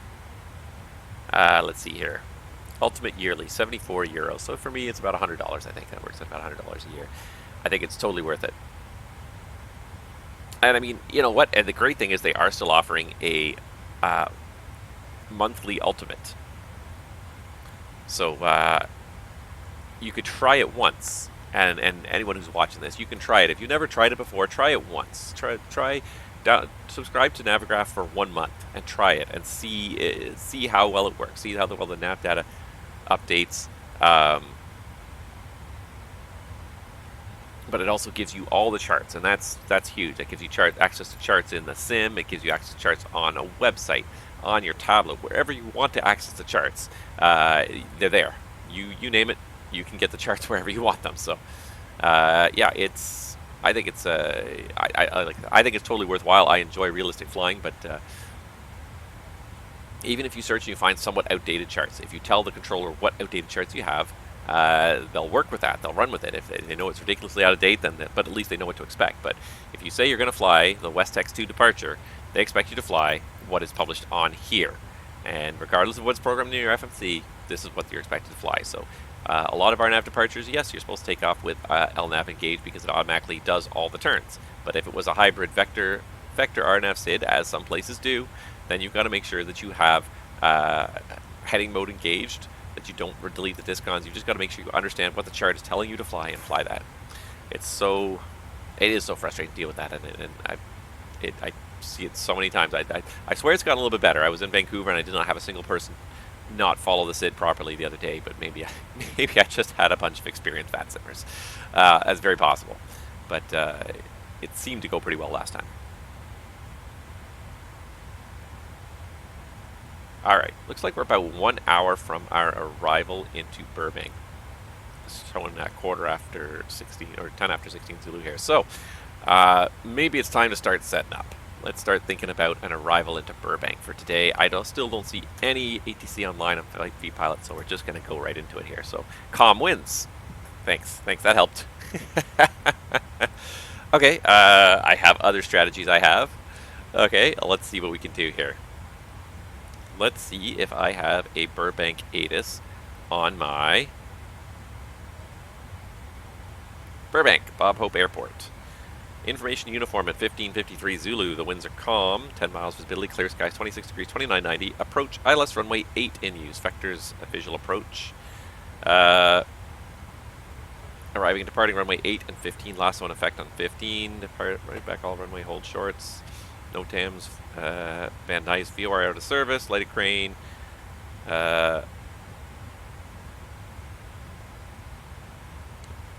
People and equipment working adjacent to taxiways and runways. Attention all aircraft. 5G no 10 spec Burbank. Alright, so I've got information uniform on my phone. So there we go. Alright, so planning 8. So let's pull up the charts and just see what we've got in terms of arrivals on 8 here into Burbank. Start setting this up here. Alright, so we are doing the Throne 3 RNAV arrival. We got an ILS Zulu or an ILS Yankee to 8. So let's see what the two approaches look like. And it looks about the same, really, at the end of the day. Yeah, I don't know which is going to work better here, so we're just going to do that for now. I'm going to pop up the ILS Zulu. Yeah. I think the ILS Zulu is probably going to require... yeah, missed approach requires a minimum climb gradient of 340 feet per nautical mile until you get 2,500 feet. So that's fine. We can do that in this thing for sure. She's a good performer. Let's get rid of some of this other stuff we don't need. Let's pull up. That's fine. Let's pull up this. We're also going to have to find a parking gate for our flight. Alright, so we're going to land runway 8. 5,800 feet. It's not super long, so we're going to do a definite landing performance calculation here in a minute. First of all, I just want to figure out where the star ends, and I may have locked up this chart here. Alright, so let's see where the star ends here. So, star, show overview.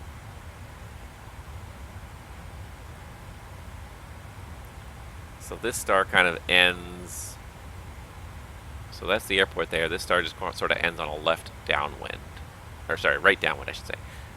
So I think that's what we're going to do, is we're just going to plan a right downwind and plan just to vector ourselves to final here. MSAs are kind of 44, 47. It's supposed to be VFR, so we should be able to see what we're doing. So we're going to probably vector ourselves at 5,000. And then we can vector ourselves to Silex to turn final at 3,700 feet. That probably works. All right, let's plan on that. All right, so let's do some stuff. 1095 and 079. So we're going to 079 on the course.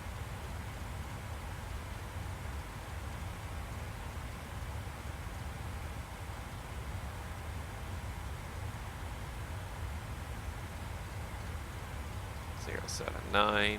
What did I say? 1097? I've already forgotten.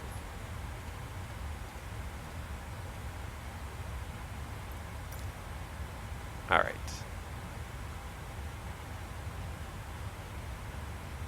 So 1075, 1095. So 1095, 109, 5, and what did I say? 1075? 1075, I did. All right, so minimum's up 1075. Oops. Grab that. There we go.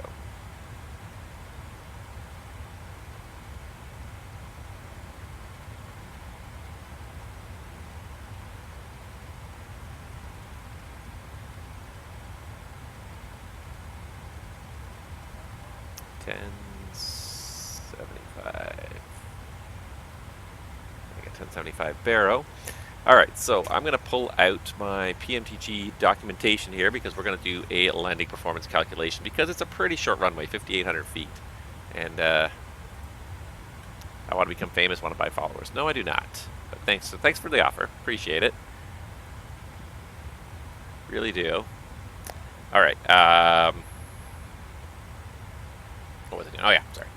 So let me just quickly grab my PMDG AOM here. It's there. I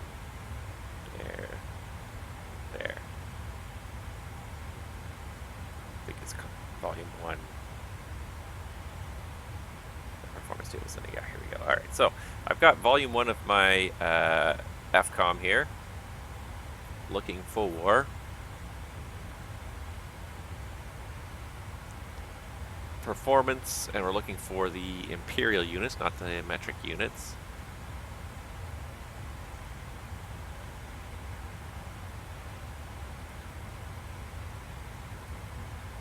Performance in flight for the 900 series. No, we don't want the 900 series. That's the 800 series. Okay, we're getting closer.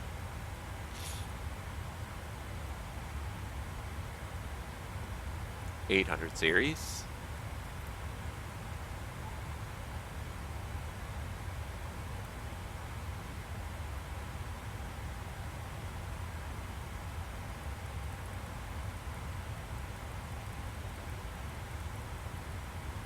All right, 700 series holding. Oops.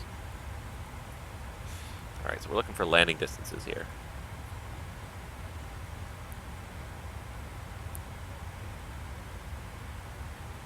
We're doing all the emergency tables first, but if we keep going up through here, I should really bookmark this stuff here. Recommended brake cooling schedule. No. Normal configuration landing distance. I want normal configuration landing distance. Everything's normal. Normal configuration landing distance. So let's do flaps 30. We're going to assume flaps 30. Maybe we'll even do flaps 40 because it's a fairly short runway. 5,800 feet. We do flaps 40. Let's see here. We do auto brake 3. That takes us to 4,600 feet. We're going to need some performance stuff here. So our landing weight, we're looking at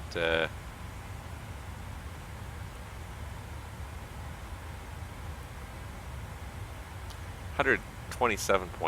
All right, so let's bring that back up again. Nope, that's the wrong one. Sorry. That one. 127.4. So we're pretty much at 130,000. Okay, so we're going to stick with this. So 4660. What's the elevation in Burbank? Elevation in Burbank is almost 700. It's almost 1,000 feet. And the altimeter setting is almost standard, so we're going to say we're about 1,000 feet. So we're going to have to add, what does high mean? for landing distance at or below 8,000. It's higher than 8,000 feet. Okay, so we're not doing the high one, we're doing the standard one. So auto brake 3 would give us 4660 plus 130. That's basically 4790. We're 4,800 feet.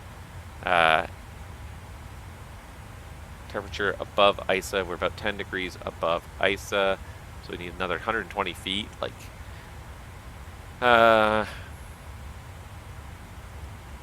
wow. We are pushing the end of this here. So we're going to go flaps 40 with a full auto, with a max auto brake here. That takes us way down here. That takes us to 3390 plus 80 feet. So we're at 34. That'll take us to 3,500. Calm winds, so we're not doing anything here. And any runway slope here. I'm unfamiliar with this airport, so is there a runway slope even?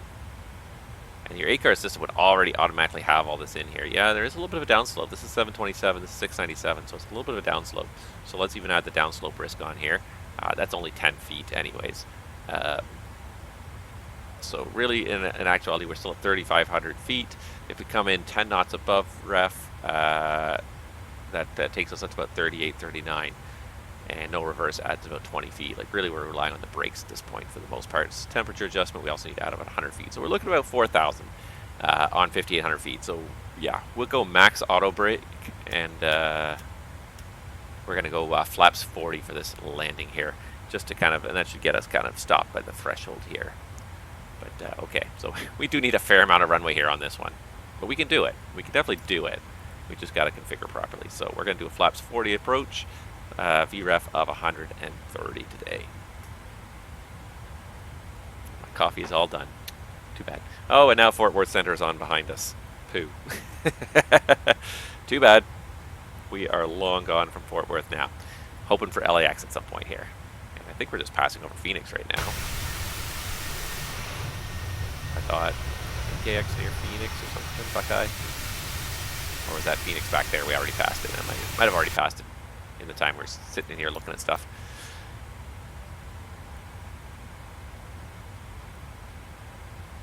Oh yeah. Oh, we passed it quite a bit. Buckeye was already west of Phoenix, so we passed Phoenix a little while ago. Oh well, too bad. Yeah. Alright, so we're coming up to this here. Let's just go through and make sure that all the legs are correct, and we'll do a quick brief in here. So we got a lot of waypoints here. 390 below, 240 above, 210.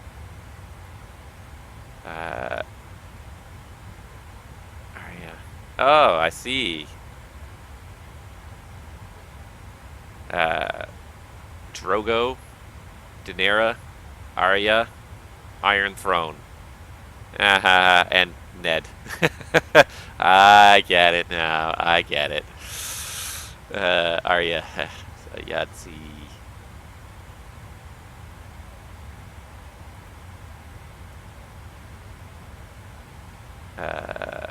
Circus and Ned at 8,000. So the bottom altitude on this is 8,000, and yeah, sets us up on a right downwind for Burbank. Alright, we got Silex, Buddy. Yeah, vectors to Silex, Buddy, runway 08. That all looks good as well. Crunch the numbers, we put all that stuff in. I think we're ready for a full-on briefing here.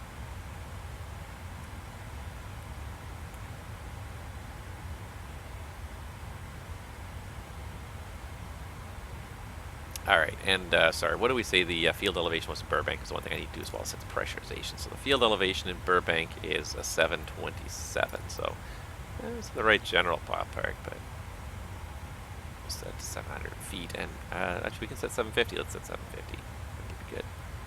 Alright, and the last thing I need, last piece of information I need is just an arrival gate, so let's just check and see. Last time American Airlines flew from DFW to Burbank, or is there anyone on their way right now?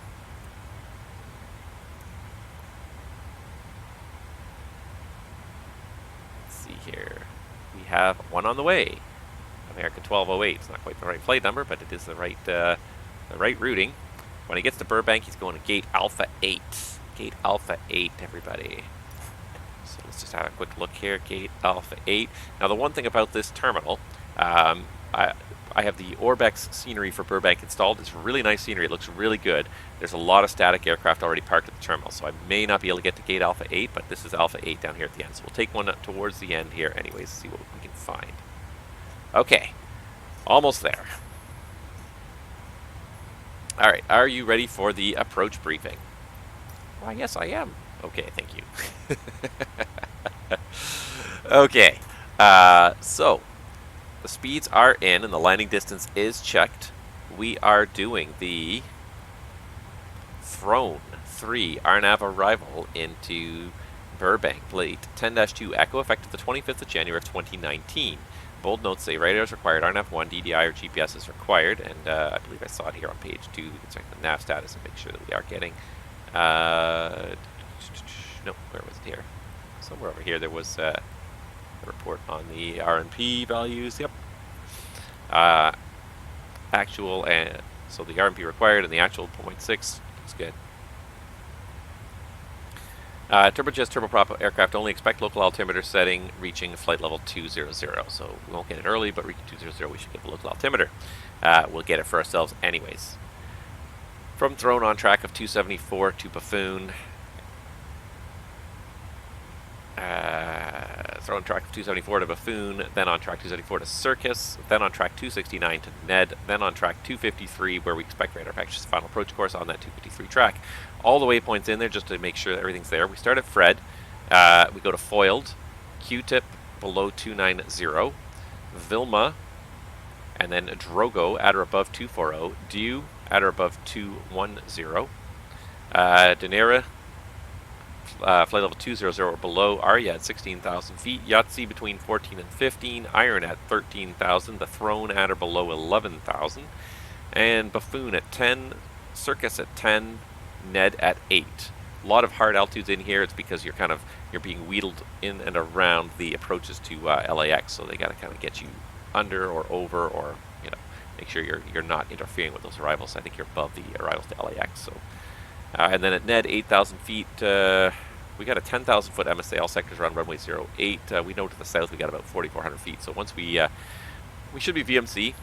But we'll get ourselves down to 5,000 feet on the downwind and vector ourselves around for an ILS 2 runway, ILS Zulu runway 8 right in Burbank. Plate 11-1 effective on the 5th of April of 2019. IBER 1095 should be tuned. 1095, we got both sides tuned. And final approach course 079 also set both sides. The glide slope at Buddy 2753. There it is, and ILSDA of 1075. I'm pretty sure I did set that. Yeah, 1075 barrels set. Touchdown zone at 727 feet. I did set 750 on the pressurization system. MSA is around the Van Nuys VOR, which is just north of our final approach course. So we should pretty much be able to maintain 5,000 anyways on the downwind here without too much problem. We just got to watch this little radial here, make sure we're past the 275 radial for Van Nuys. And around we go. And what I might actually do here, just to kind of give me a good visual on it here, is we're going to put the Van Nuys VOR in here. Van Nuys. And then we could put in the 275 degree radial. And we can even do the /25 if we wanted to. And it'll draw the 25-mile circle around Van Nuys. It'll draw the 275 radial. We'll know we're in this sector where we're safe because the northern sector is 93, so we don't want to go in there. Missed approach. If we go down to 1075 and we don't see anything, or we don't like the approach for whatever reason, missed approach is climb to 1300, then a climbing right turn to 4600 on a heading of 210 and inbound on the VTU 086, that's Ventura, 086 radial to Ventura VOR and hold. So 210 heading, intercept 266 track inbound on that radial to hold at Ventura at 4,600 feet, or as otherwise signed by ATC. Missed approach requires a climb grade of 340 feet per nautical mile. So if we're doing in the go around, we do about 180 knots. Usually the table's on here somewhere. No, I don't see the table on here. That's about 3 miles per minute anyways, so we need to maintain about 1,000 feet per minute on the go around. If unable to meet climb grade at CILS Yankee or Low Yankee. Okay, so I think we can meet that no problem. From Mikey, RNF1 GPS are required for RNF transitions. We're not doing that. We're doing a self-vector. Circling 26 is not authorized at night. Circling 33 not authorized at night for Cat D. Straighted runway 8 at night. Circling to runway 33 at night. Operational VGSI required. Remain on or above VGSI glide path until threshold for local usable within 0.9. Local unusable within 0.9 nautical miles to threshold. So by 0.9 we got to start ignoring the loc. We got to break out and ignore the loc. That's the missed approach point anyways. Runway B. Runway 8 helicopter. No. VGSI last glide path not coincident. VGSI crosses threshold at 72 feet. The approach will cross threshold at 60 feet. So we'll be a little bit below the PAPIs on the approach. We do have PAPIs on the left. I got no notes on the plan here. Doing the procedure turn at Silex, you're good down to 4,000. And once you complete the procedure turn, inbound 3,700 past Silex, we have to go down to 3,000 to intercept the glide slope. It's a 3-degree glide slope, PAPIs, and M.E.L lighting system. RVR 5,000 or 1 mile supposed to be VMC. Landing on runway 08, we're basically planning to roll right to the end. We'll make sure we decelerate quickly at first, so once we're sure we've reached taxi speed, we can decelerate and even vacate the runway off to the right towards the parking gates as the space permits. Heading down to Alpha 8, so second last gate on the right. Let's see here, terrain.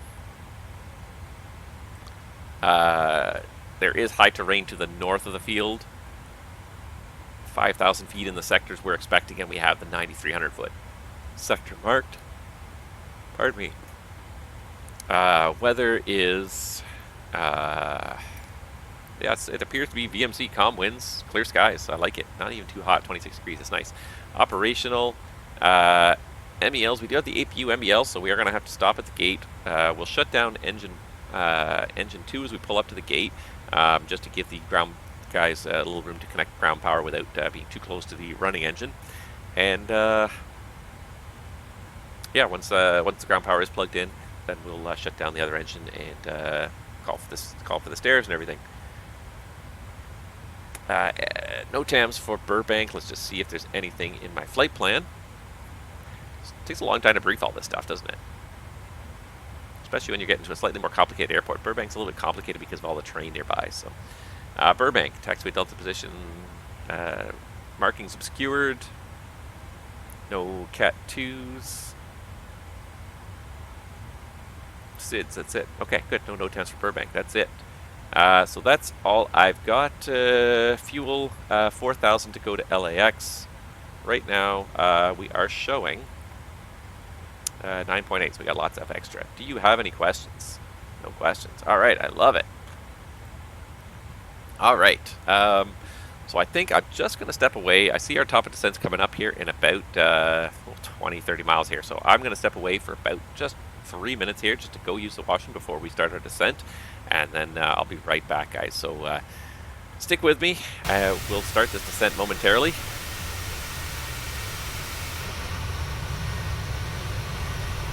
Put a nice little external view there for a moment, and like I said, I will be back inside of 5 minutes. I'm just gonna make sure we use the washroom before we start down here. So we'll be back in just a couple minutes, guys. Stick with me.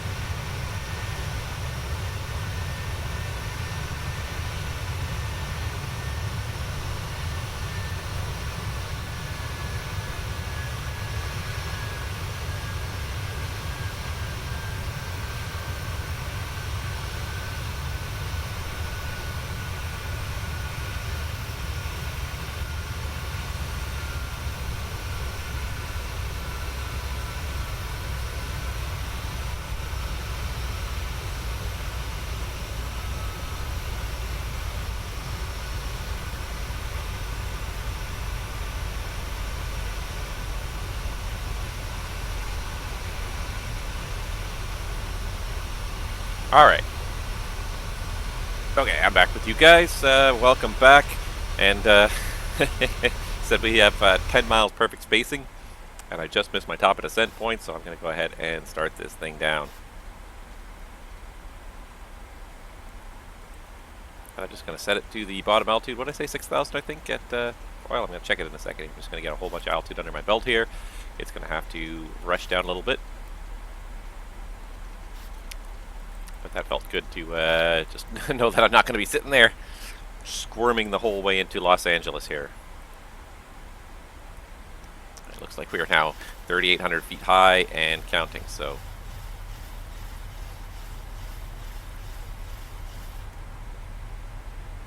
Now that it's got the descent going, I'm just going to go ahead and hit some speed brake here, see if I can get it to catch up. And it seems to want to slowly catch up. Maybe, maybe not. Yeah, it's slowly pitching down trying to do it, but it does not seem to want to go very far here. We are under speed quite substantially, and it just doesn't want to pitch down very quickly to try and catch it. We're getting there. Alright. Our vertical deviation seems to have stabilized. Descent path unachievable, it thinks. Well, you know what? What you got to do is you got to pitch down to gain a little bit of that speed back. Let's get back to Mach 0.79 and you'll do it. I don't know why you slowed down, you silly airplane. I see your target. Now you're finally doing it. It's taking you a little while to get to it. Alright, we'll go back to just half slats here. We don't need the whole thing, the whole kit and caboodle hanging out right now.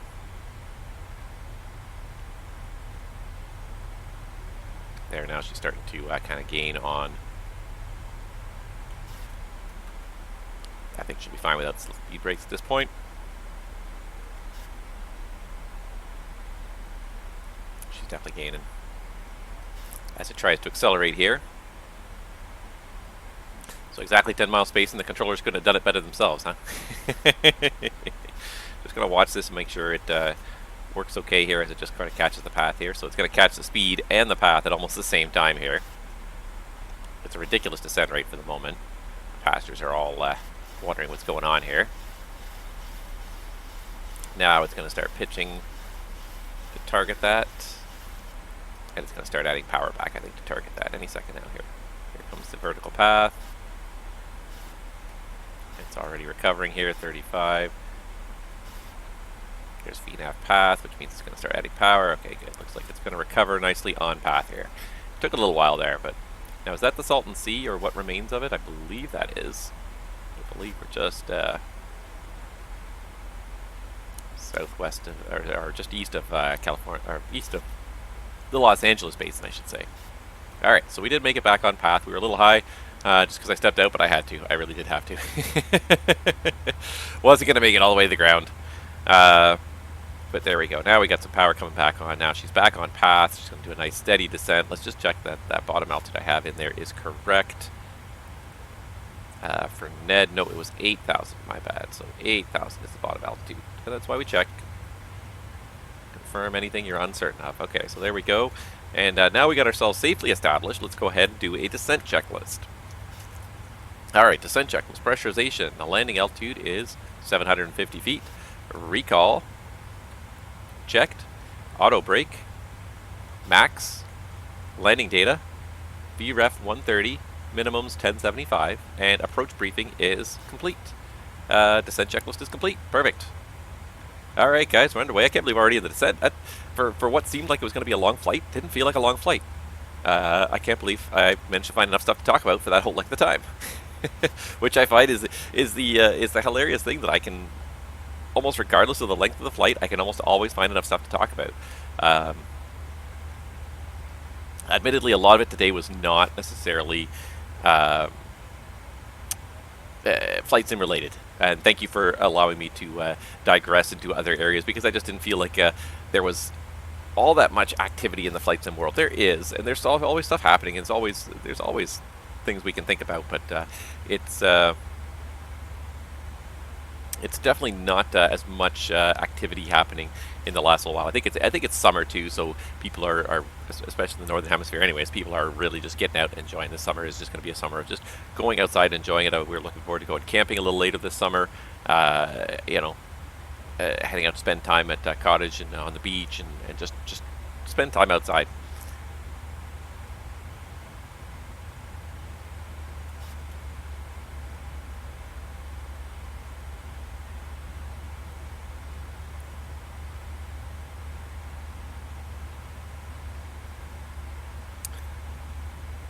I did manage to pretty much fill this whole like almost 3-hour flight with that conversation, which is pretty good. I can't complain. Sometimes it is a little bit of a struggle, just to find stuff to talk about, especially trying to keep it on topic.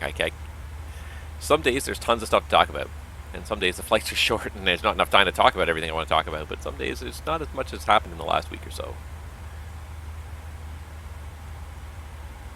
That reminds me of something else I was curious about, and because I was online last night, and I know that the trial of the pardon me.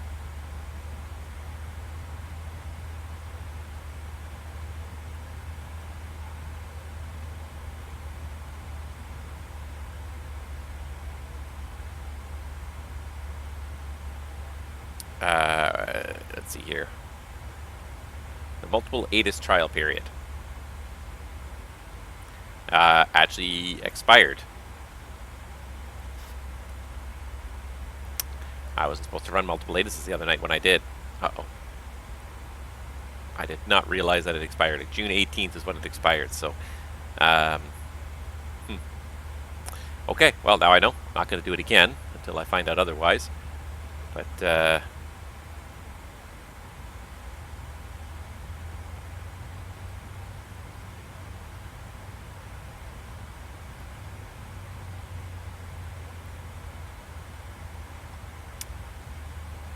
see if I can find if anybody has written anything on VATIS, because I'm curious to know if this trial was a success. Like, I think it was a success from my perspective. I think that multiple ATISs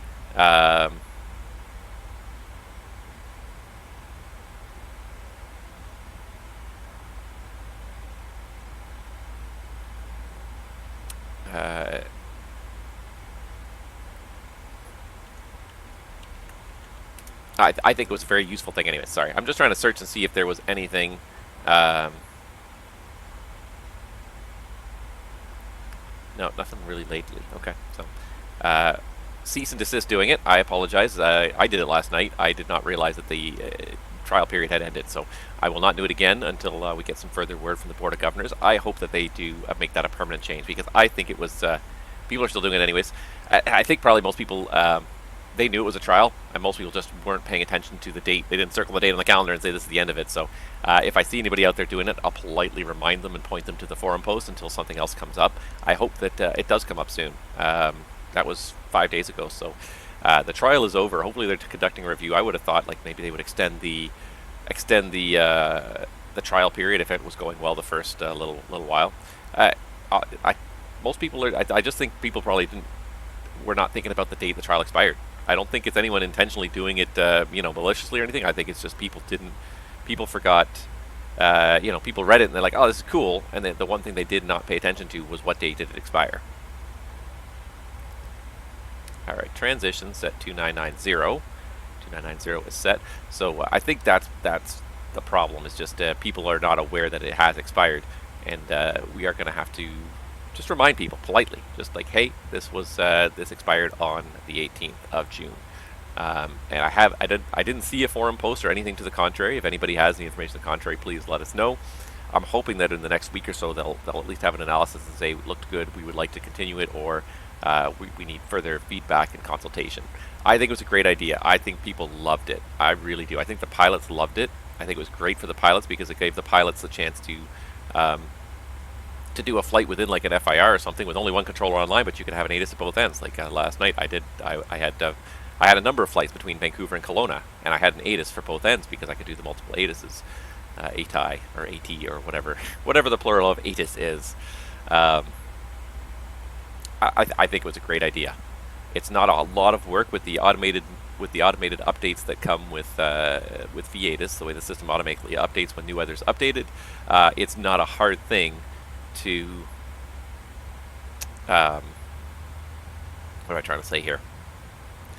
It's not a hard thing for a controller to keep track of multiple ATISes. So and I think it adds a whole lot of useful realism to the simulation. Just having a couple of ATISes up at different airports, and because usually like it's one thing if you're going to the smaller airports, but like if you have two major airports within your FIR or two very popular airports, anyways, the last thing you want to do is give out a lot of information, repetitive information over and over and over again. So I think it was a great idea. I heartily endorse it. I think VATSIM should continue with it, but that's not up to me at the end of the day. It's up to the Board of Governors. But somebody should really poke them. Yeah, they just got used to it and then it expired. Nobody's doing it maliciously. I think everyone kind of liked it and we ran with it. And we had all the software installed. And we all ran the updates, and it was a 2-month trial. And after 2 months, like that's enough time to form a habit. You're just used to using that software now. Now you can still run the software, but you can only connect one of them at a time now, technically. But so hopefully we'll get some input from the VATSIM Board of Governors soon, because I think it was a useful change. I think definitely needs to be reconsidered. I'm just going to quickly post here. Just going to lean over here really quickly and post a arrival message for all of my YouTube users. So it helps if I'm on the correct channel. I was posting videos from my daughter's channel last night, so let's see here. Let's just do a really quick. Come and join us.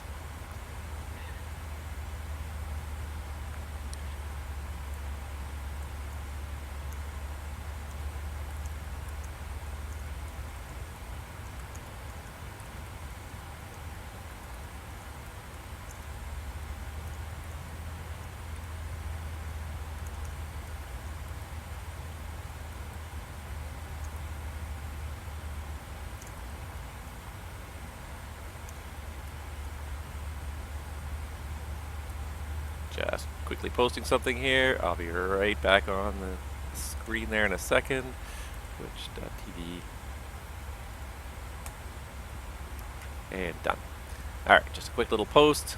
I see a couple people are watching now. Hopefully we get a couple more viewers in that time frame.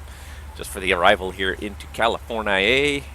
This is the Los Angeles basin here, and we are heading over to Burbank on the far side. There are some tall mountains over here, though. I think we're underneath the arrivals for Los Angeles. I'm not sure if we're underneath or above the arrivals for Los Angeles here. Seems like we're very close to the same altitude that the arrivals all use here.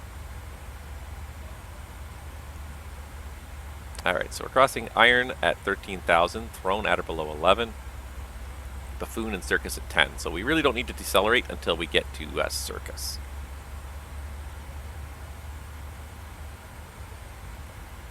We'll just do speed intervention. We'll pull it up to 300 knots, and we'll just keep a steady 300 knots until we approach Circus and have to start descending below 10,000 feet.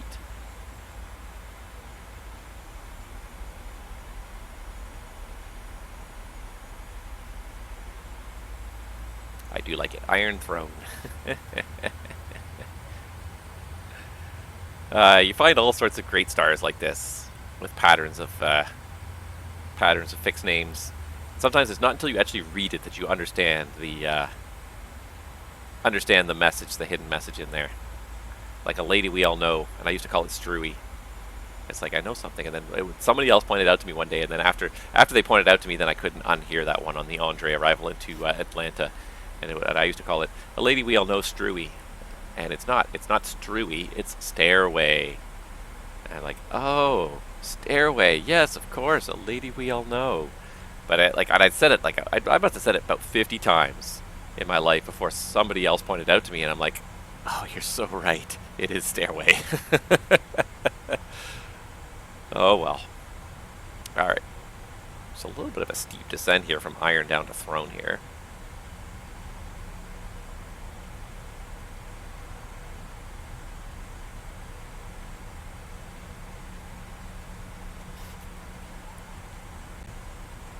At or below 11,000. There's the 11,000. I'm hoping it's going to pitch up a little bit more when we get to There we go, yeah. No?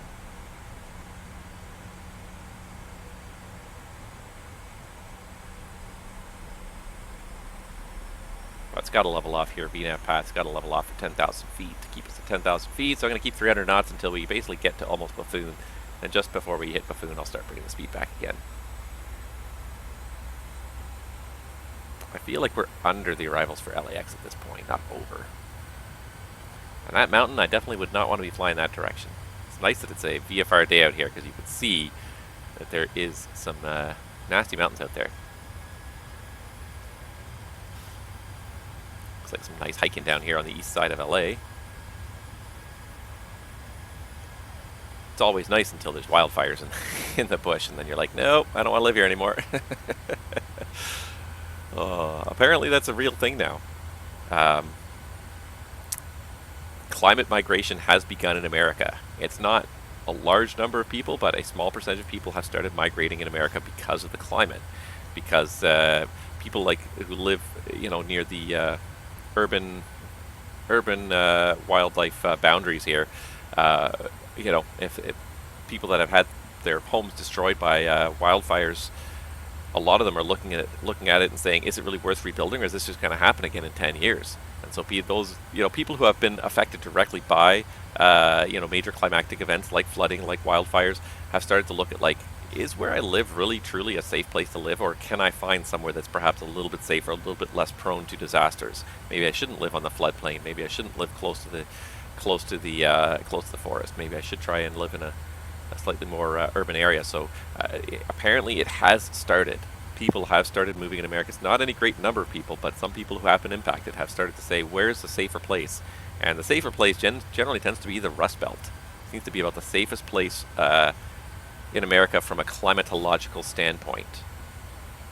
So if you want to be safe and you don't want to... Alright, let's go ahead and get 250 on the speed. Least likely to get affected by flooding, wildfires, hurricanes, extreme heat. The Rust Belt apparently is where it's at. So people are starting to move from the Sun Belt back to the Rust Belt. Not in a great number yet, but it's probably a trend that's going to accelerate in the coming years. Alright, 10,000. Let's do the approach checklist.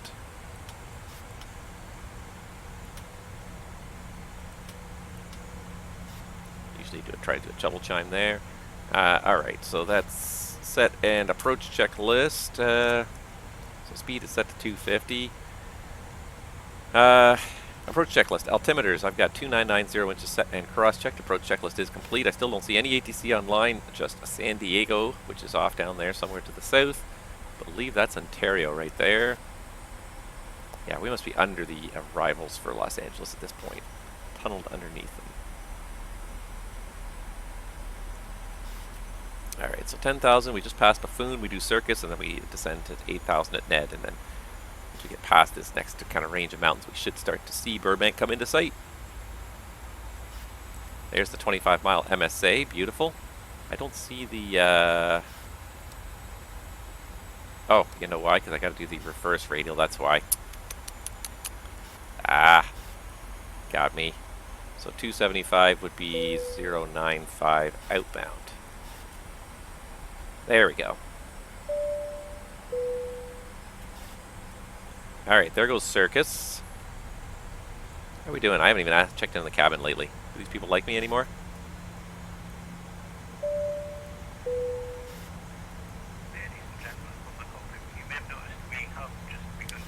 We should be on time for our arrival, so hopefully that'll help boost my standing with the passengers.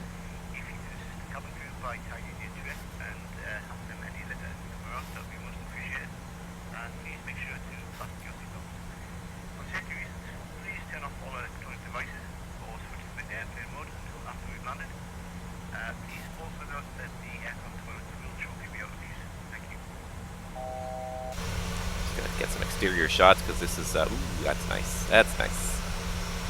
Get some exterior shots for the title card there, perhaps.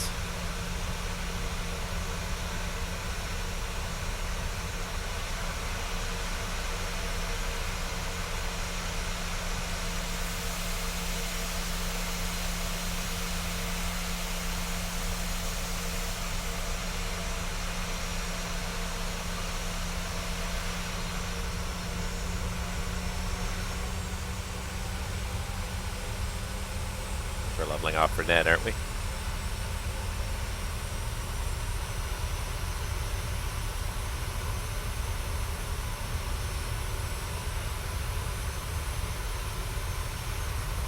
Like a little bit of cloud buildup over the coast there. Alright, get myself back on here again. Here we are. Alright, how are we doing? We are level at 8,000 for Ned. We're just going to keep on trucking inbound. Still got about 40 miles to go here, but we're getting there. 30 miles to go. But then we also got to go past, circle back to the ILS. So we're level 8,000. We're going to stay at 8,000 until we get across that radial, and then we can go down to 5,000.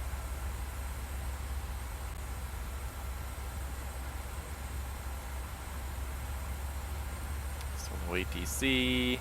Do a quick little check. Any conflicts over here at Burbank? Nope, nobody is departing Burbank anymore, but let's just make a radio call. Burbank traffic, American 2562 is 30 miles east of the field. We'll be setting up right downwind for ILS Zulu 08. Yeah, I guess it's just 8 in America. They don't believe in leading zeros.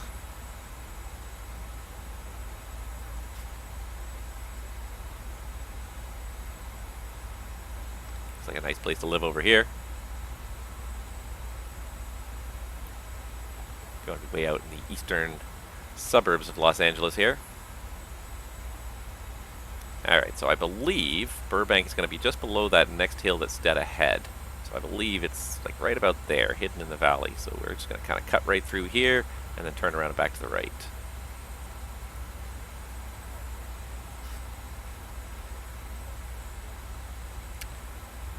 Yeah, definitely happy it's VMC. I can see those mountains.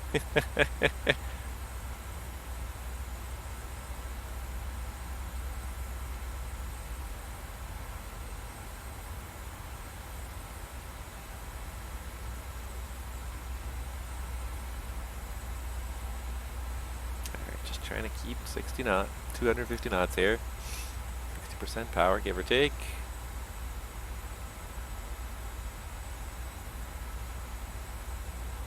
Just curious what that is. Is that like a rail yard or something? It's wide over there and then it gets narrow at this end. It's very weird. Or is it like a reservoir or something? A dam? Maybe it's a dam.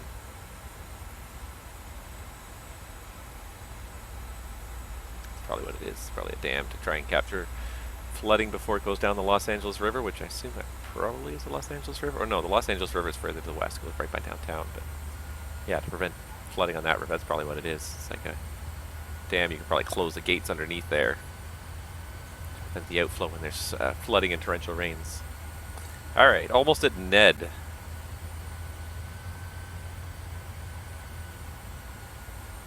Yeah, I think that's the Burbank Airport right there.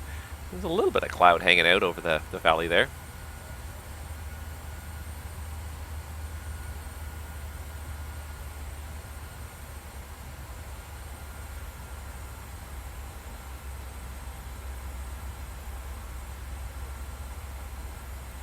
Yeah, not sure what's going on there.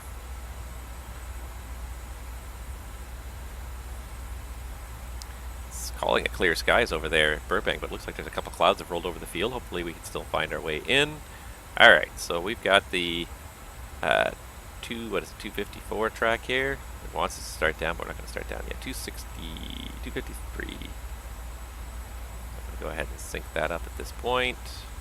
In case the RNAV fails, we still got this with us here. Plus it also sort of sets us up nicely to be ready to turn on the base manually. 253, there we go, there's the heading bug. Yeah, that's Burbank right there. So we just got to go past it, circle back and land. Just waiting across this radial here. Once we get past this mountain, we can start down. LAX is somewhere right over there. Just kind of hidden downtown Los Angeles. I guess downtown Los Angeles right there.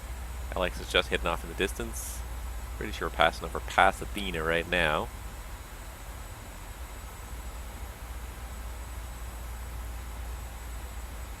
Wants me to start down, but I gotta cross this radial first.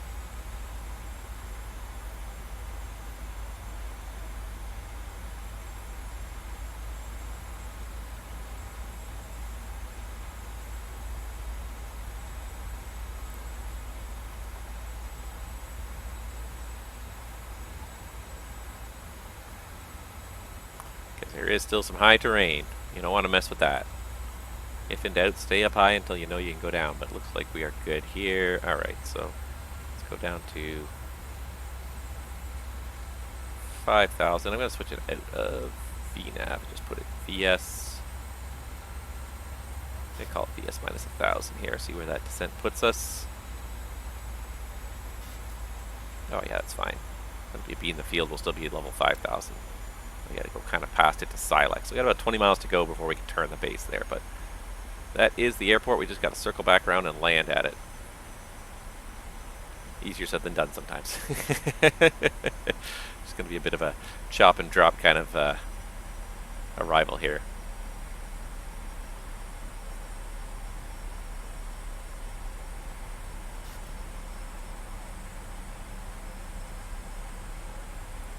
Alright, made it successfully though. Didn't have anything really fail on us on this one, which is okay.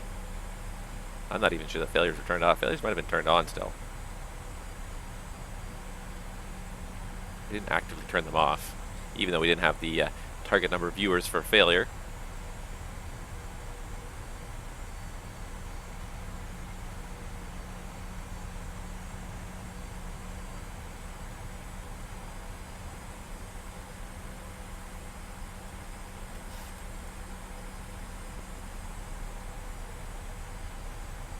Detail level is just quite something. You stare out the window and you're just like, oh my god. Like all those buildings and they're all different.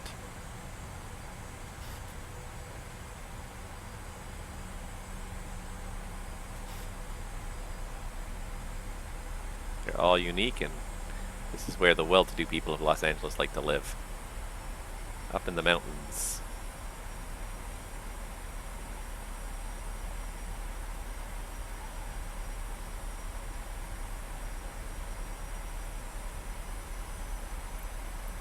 Okay, so let's just have a look at that approach plate. So 47 is the lowest I can get until I turn final.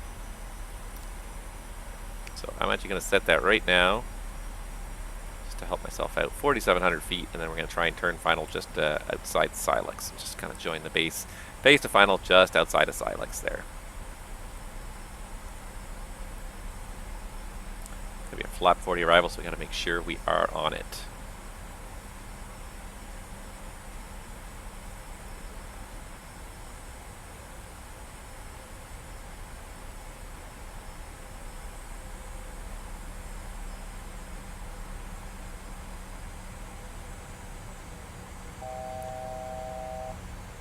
Somewhere over here is the Van Nuys Airport as well.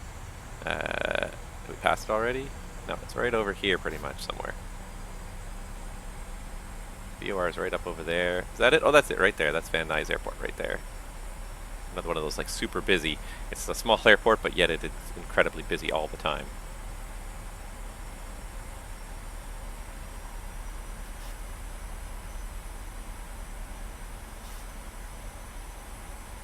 Yeah, I guess I gotta actually start getting ready to fly this thing here, because she's gonna be tight. There can be no float in this arrival, no float in this touchdown here. Just get her on the runway, reduce the rate of traffic. North 88 departing runway 25 right via the DOTS 2 transition, DOTS 2 departure, Connery transition, IFR Phoenix.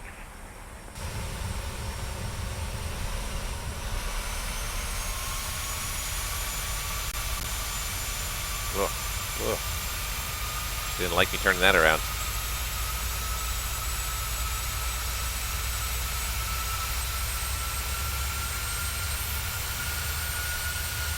Oops, not that one. That one.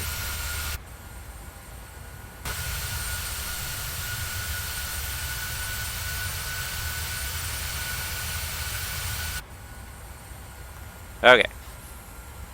Just about there. 4,700 feet. We're level. Let's get the speed back. Let's start dropping some flaps.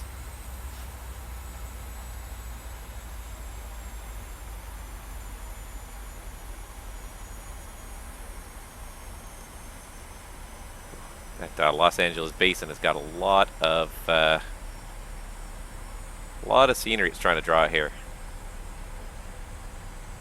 Alright, so let's go to heading 350 here, even as we reduce speed.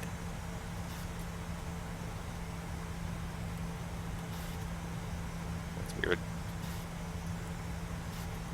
Felt like the audio just shifted a little bit there. Let's see flaps 1.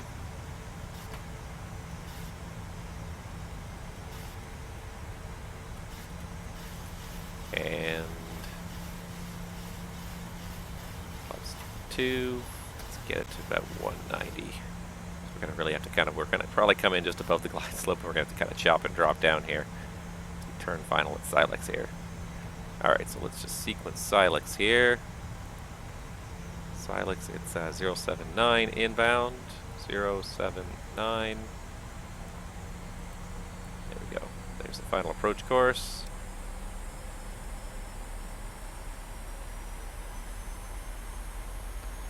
Alright.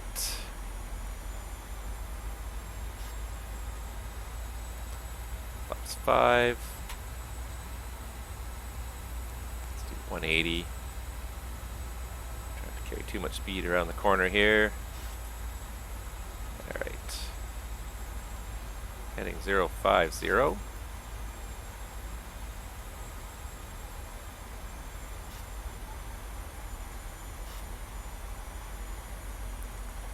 And let's do low glide slope. Oh, perfect. We are above the path here. Love it.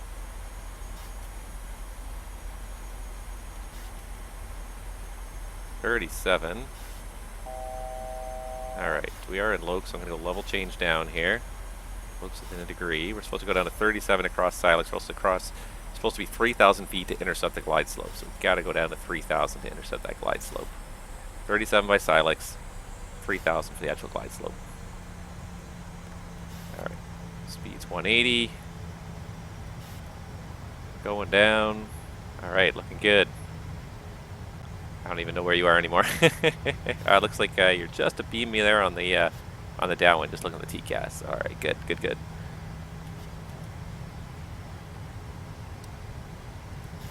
Yeah, there you are. Perfect.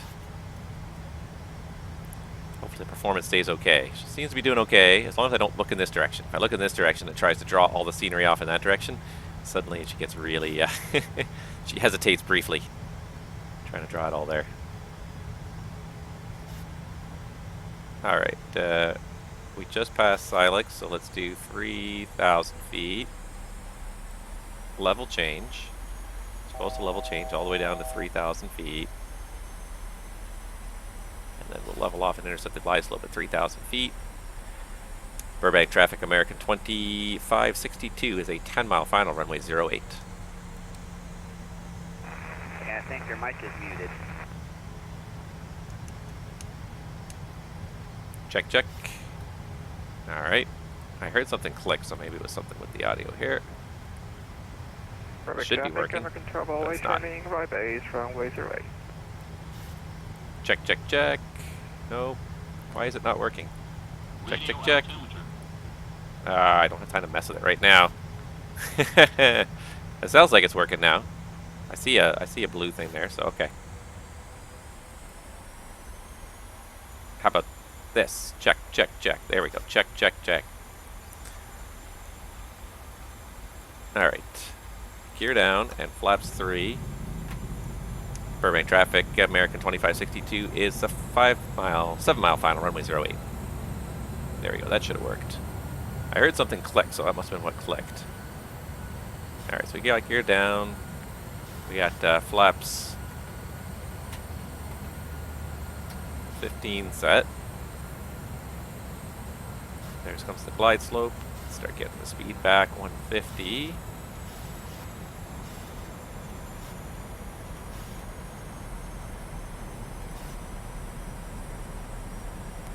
Alright, we've also got to arm the speed brake. Station on continuous. I'm going to clear myself to land here. Alright, flaps 30. 135 for VREF, flaps 40. Landing checklist. Landing checklist, engine start switches are continuous. Speed brake is armed, landing gear is down, and flaps 40, green light. Landing checklist is complete. Here we go. Alright, we just got to land this thing on this relatively short runway here in Burbank.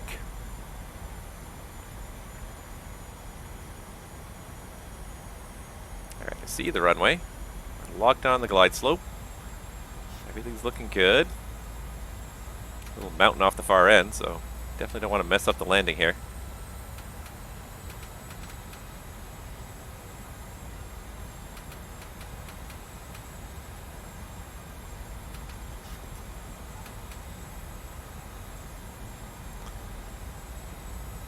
A little hazy, but not too bad.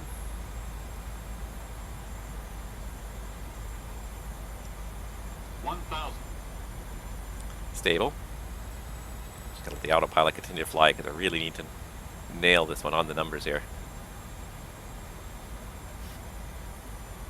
Not on the numbers, but in the touchdown zone anyways.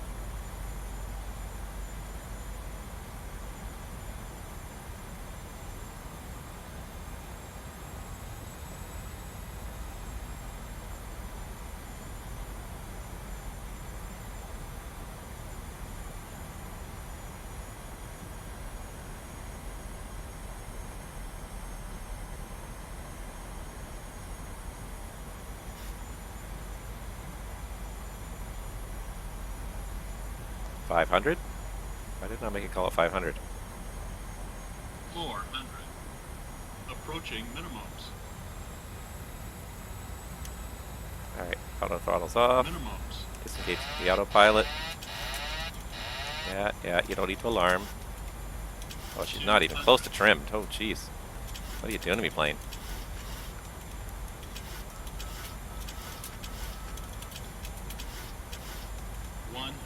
Not even close to trimmed. 50, 40, 30, 20, 10.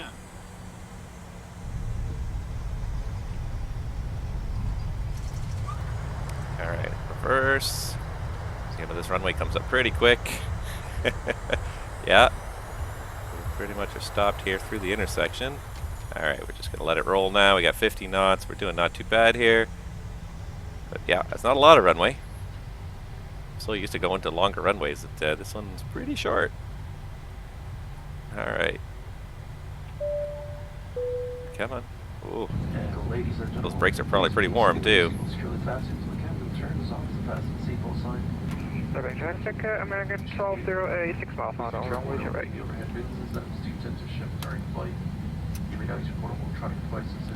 Alright, let's just get off the runway here over onto the taxiway, and Alpha 9 is one of these gates down here. Or Alpha 8, I think it was. Do I have Spirit still as the selected airline? That's funny. Burbank traffic, American 2652 is clear of runway 08, 2562, close enough. Alright, so flaps are up. Flaps are up.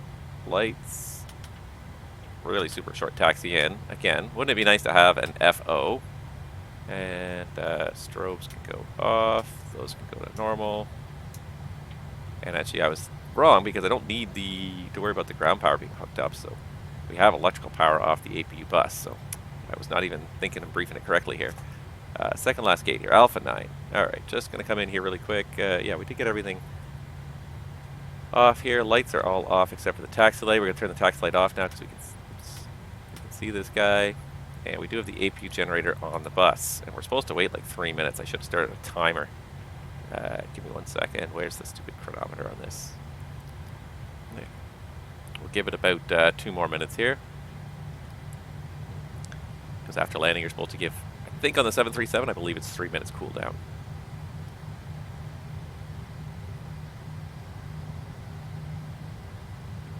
So no big rush to get into the gate because we need a 3-minute cooldown. I'm going to say that was about 60 seconds before I started the timer, so we need to see it go to about 2 minutes here.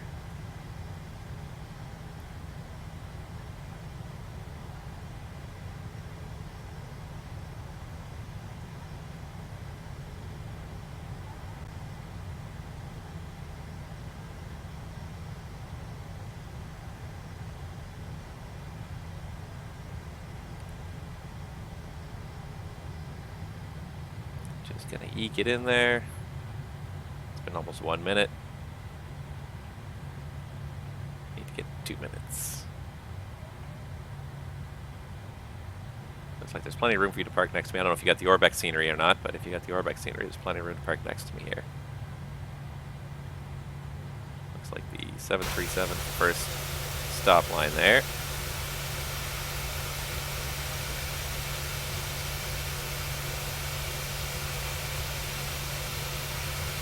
Close enough.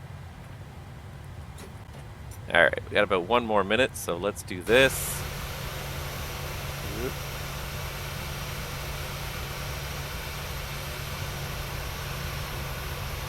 Oh, there you are. I was going to try and catch you landing, and I was a second too late. Alright. What are you going to do? Alright. Anyways, we can take the seatbelt sign off. We're just waiting for another 10 seconds for cooldown on the engine. Fly quietly, voluntary curfew in effect, 10 p.m. to 7 a.m. for info contact airport ops. Alright, there's 2 minutes. Alright, those can go off. Fuel pumps off. Probes off. Hydraulics off. That really doesn't do anything until we get some air hooked up. Anti-collision light off. And the shutdown, or parking, is it parking or shutdown this aircraft?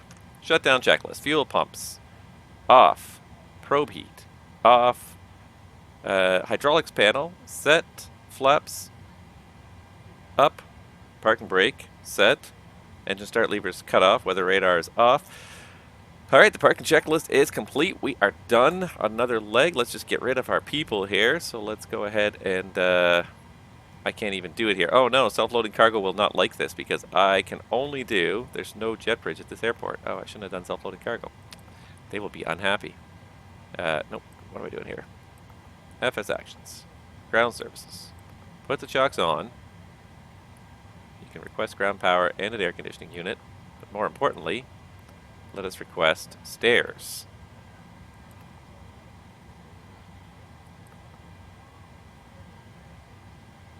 Don't need a bus because they're going to walk right there, but we need the stairs. And now we got to wait for all these 3 things to arrive and be hooked up in order. So first we're going to get the air, the ground power is hooked up. Yeah, there it is. So we can go ahead and turn off the APU. And its fuel pump.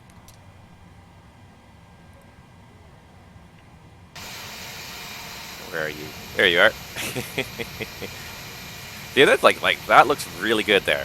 That is a nice shot. Hold on, let me just get rid of this. And even get rid of this. Because I'm going to grab this. Don't go anywhere just yet. But I'm going to grab this as a screenshot for my personal roll. Because that's a nice screenshot right there. I like it. I like it. It's such a good looking airport. Now, when the door opens, come on, door. Will self-loading cargo recognize it? Self-loading cargo will not. Self-loading cargo wants a jetway. So I constantly click this until everybody gets off. I don't think it's going to be able to do it. No, it's not going to be able to do it. Okay, fine. Then,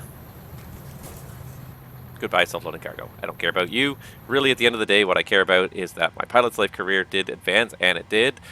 We now have 1 more leg to do from Burbank back to DFW and the St. Louis turn, and we are done.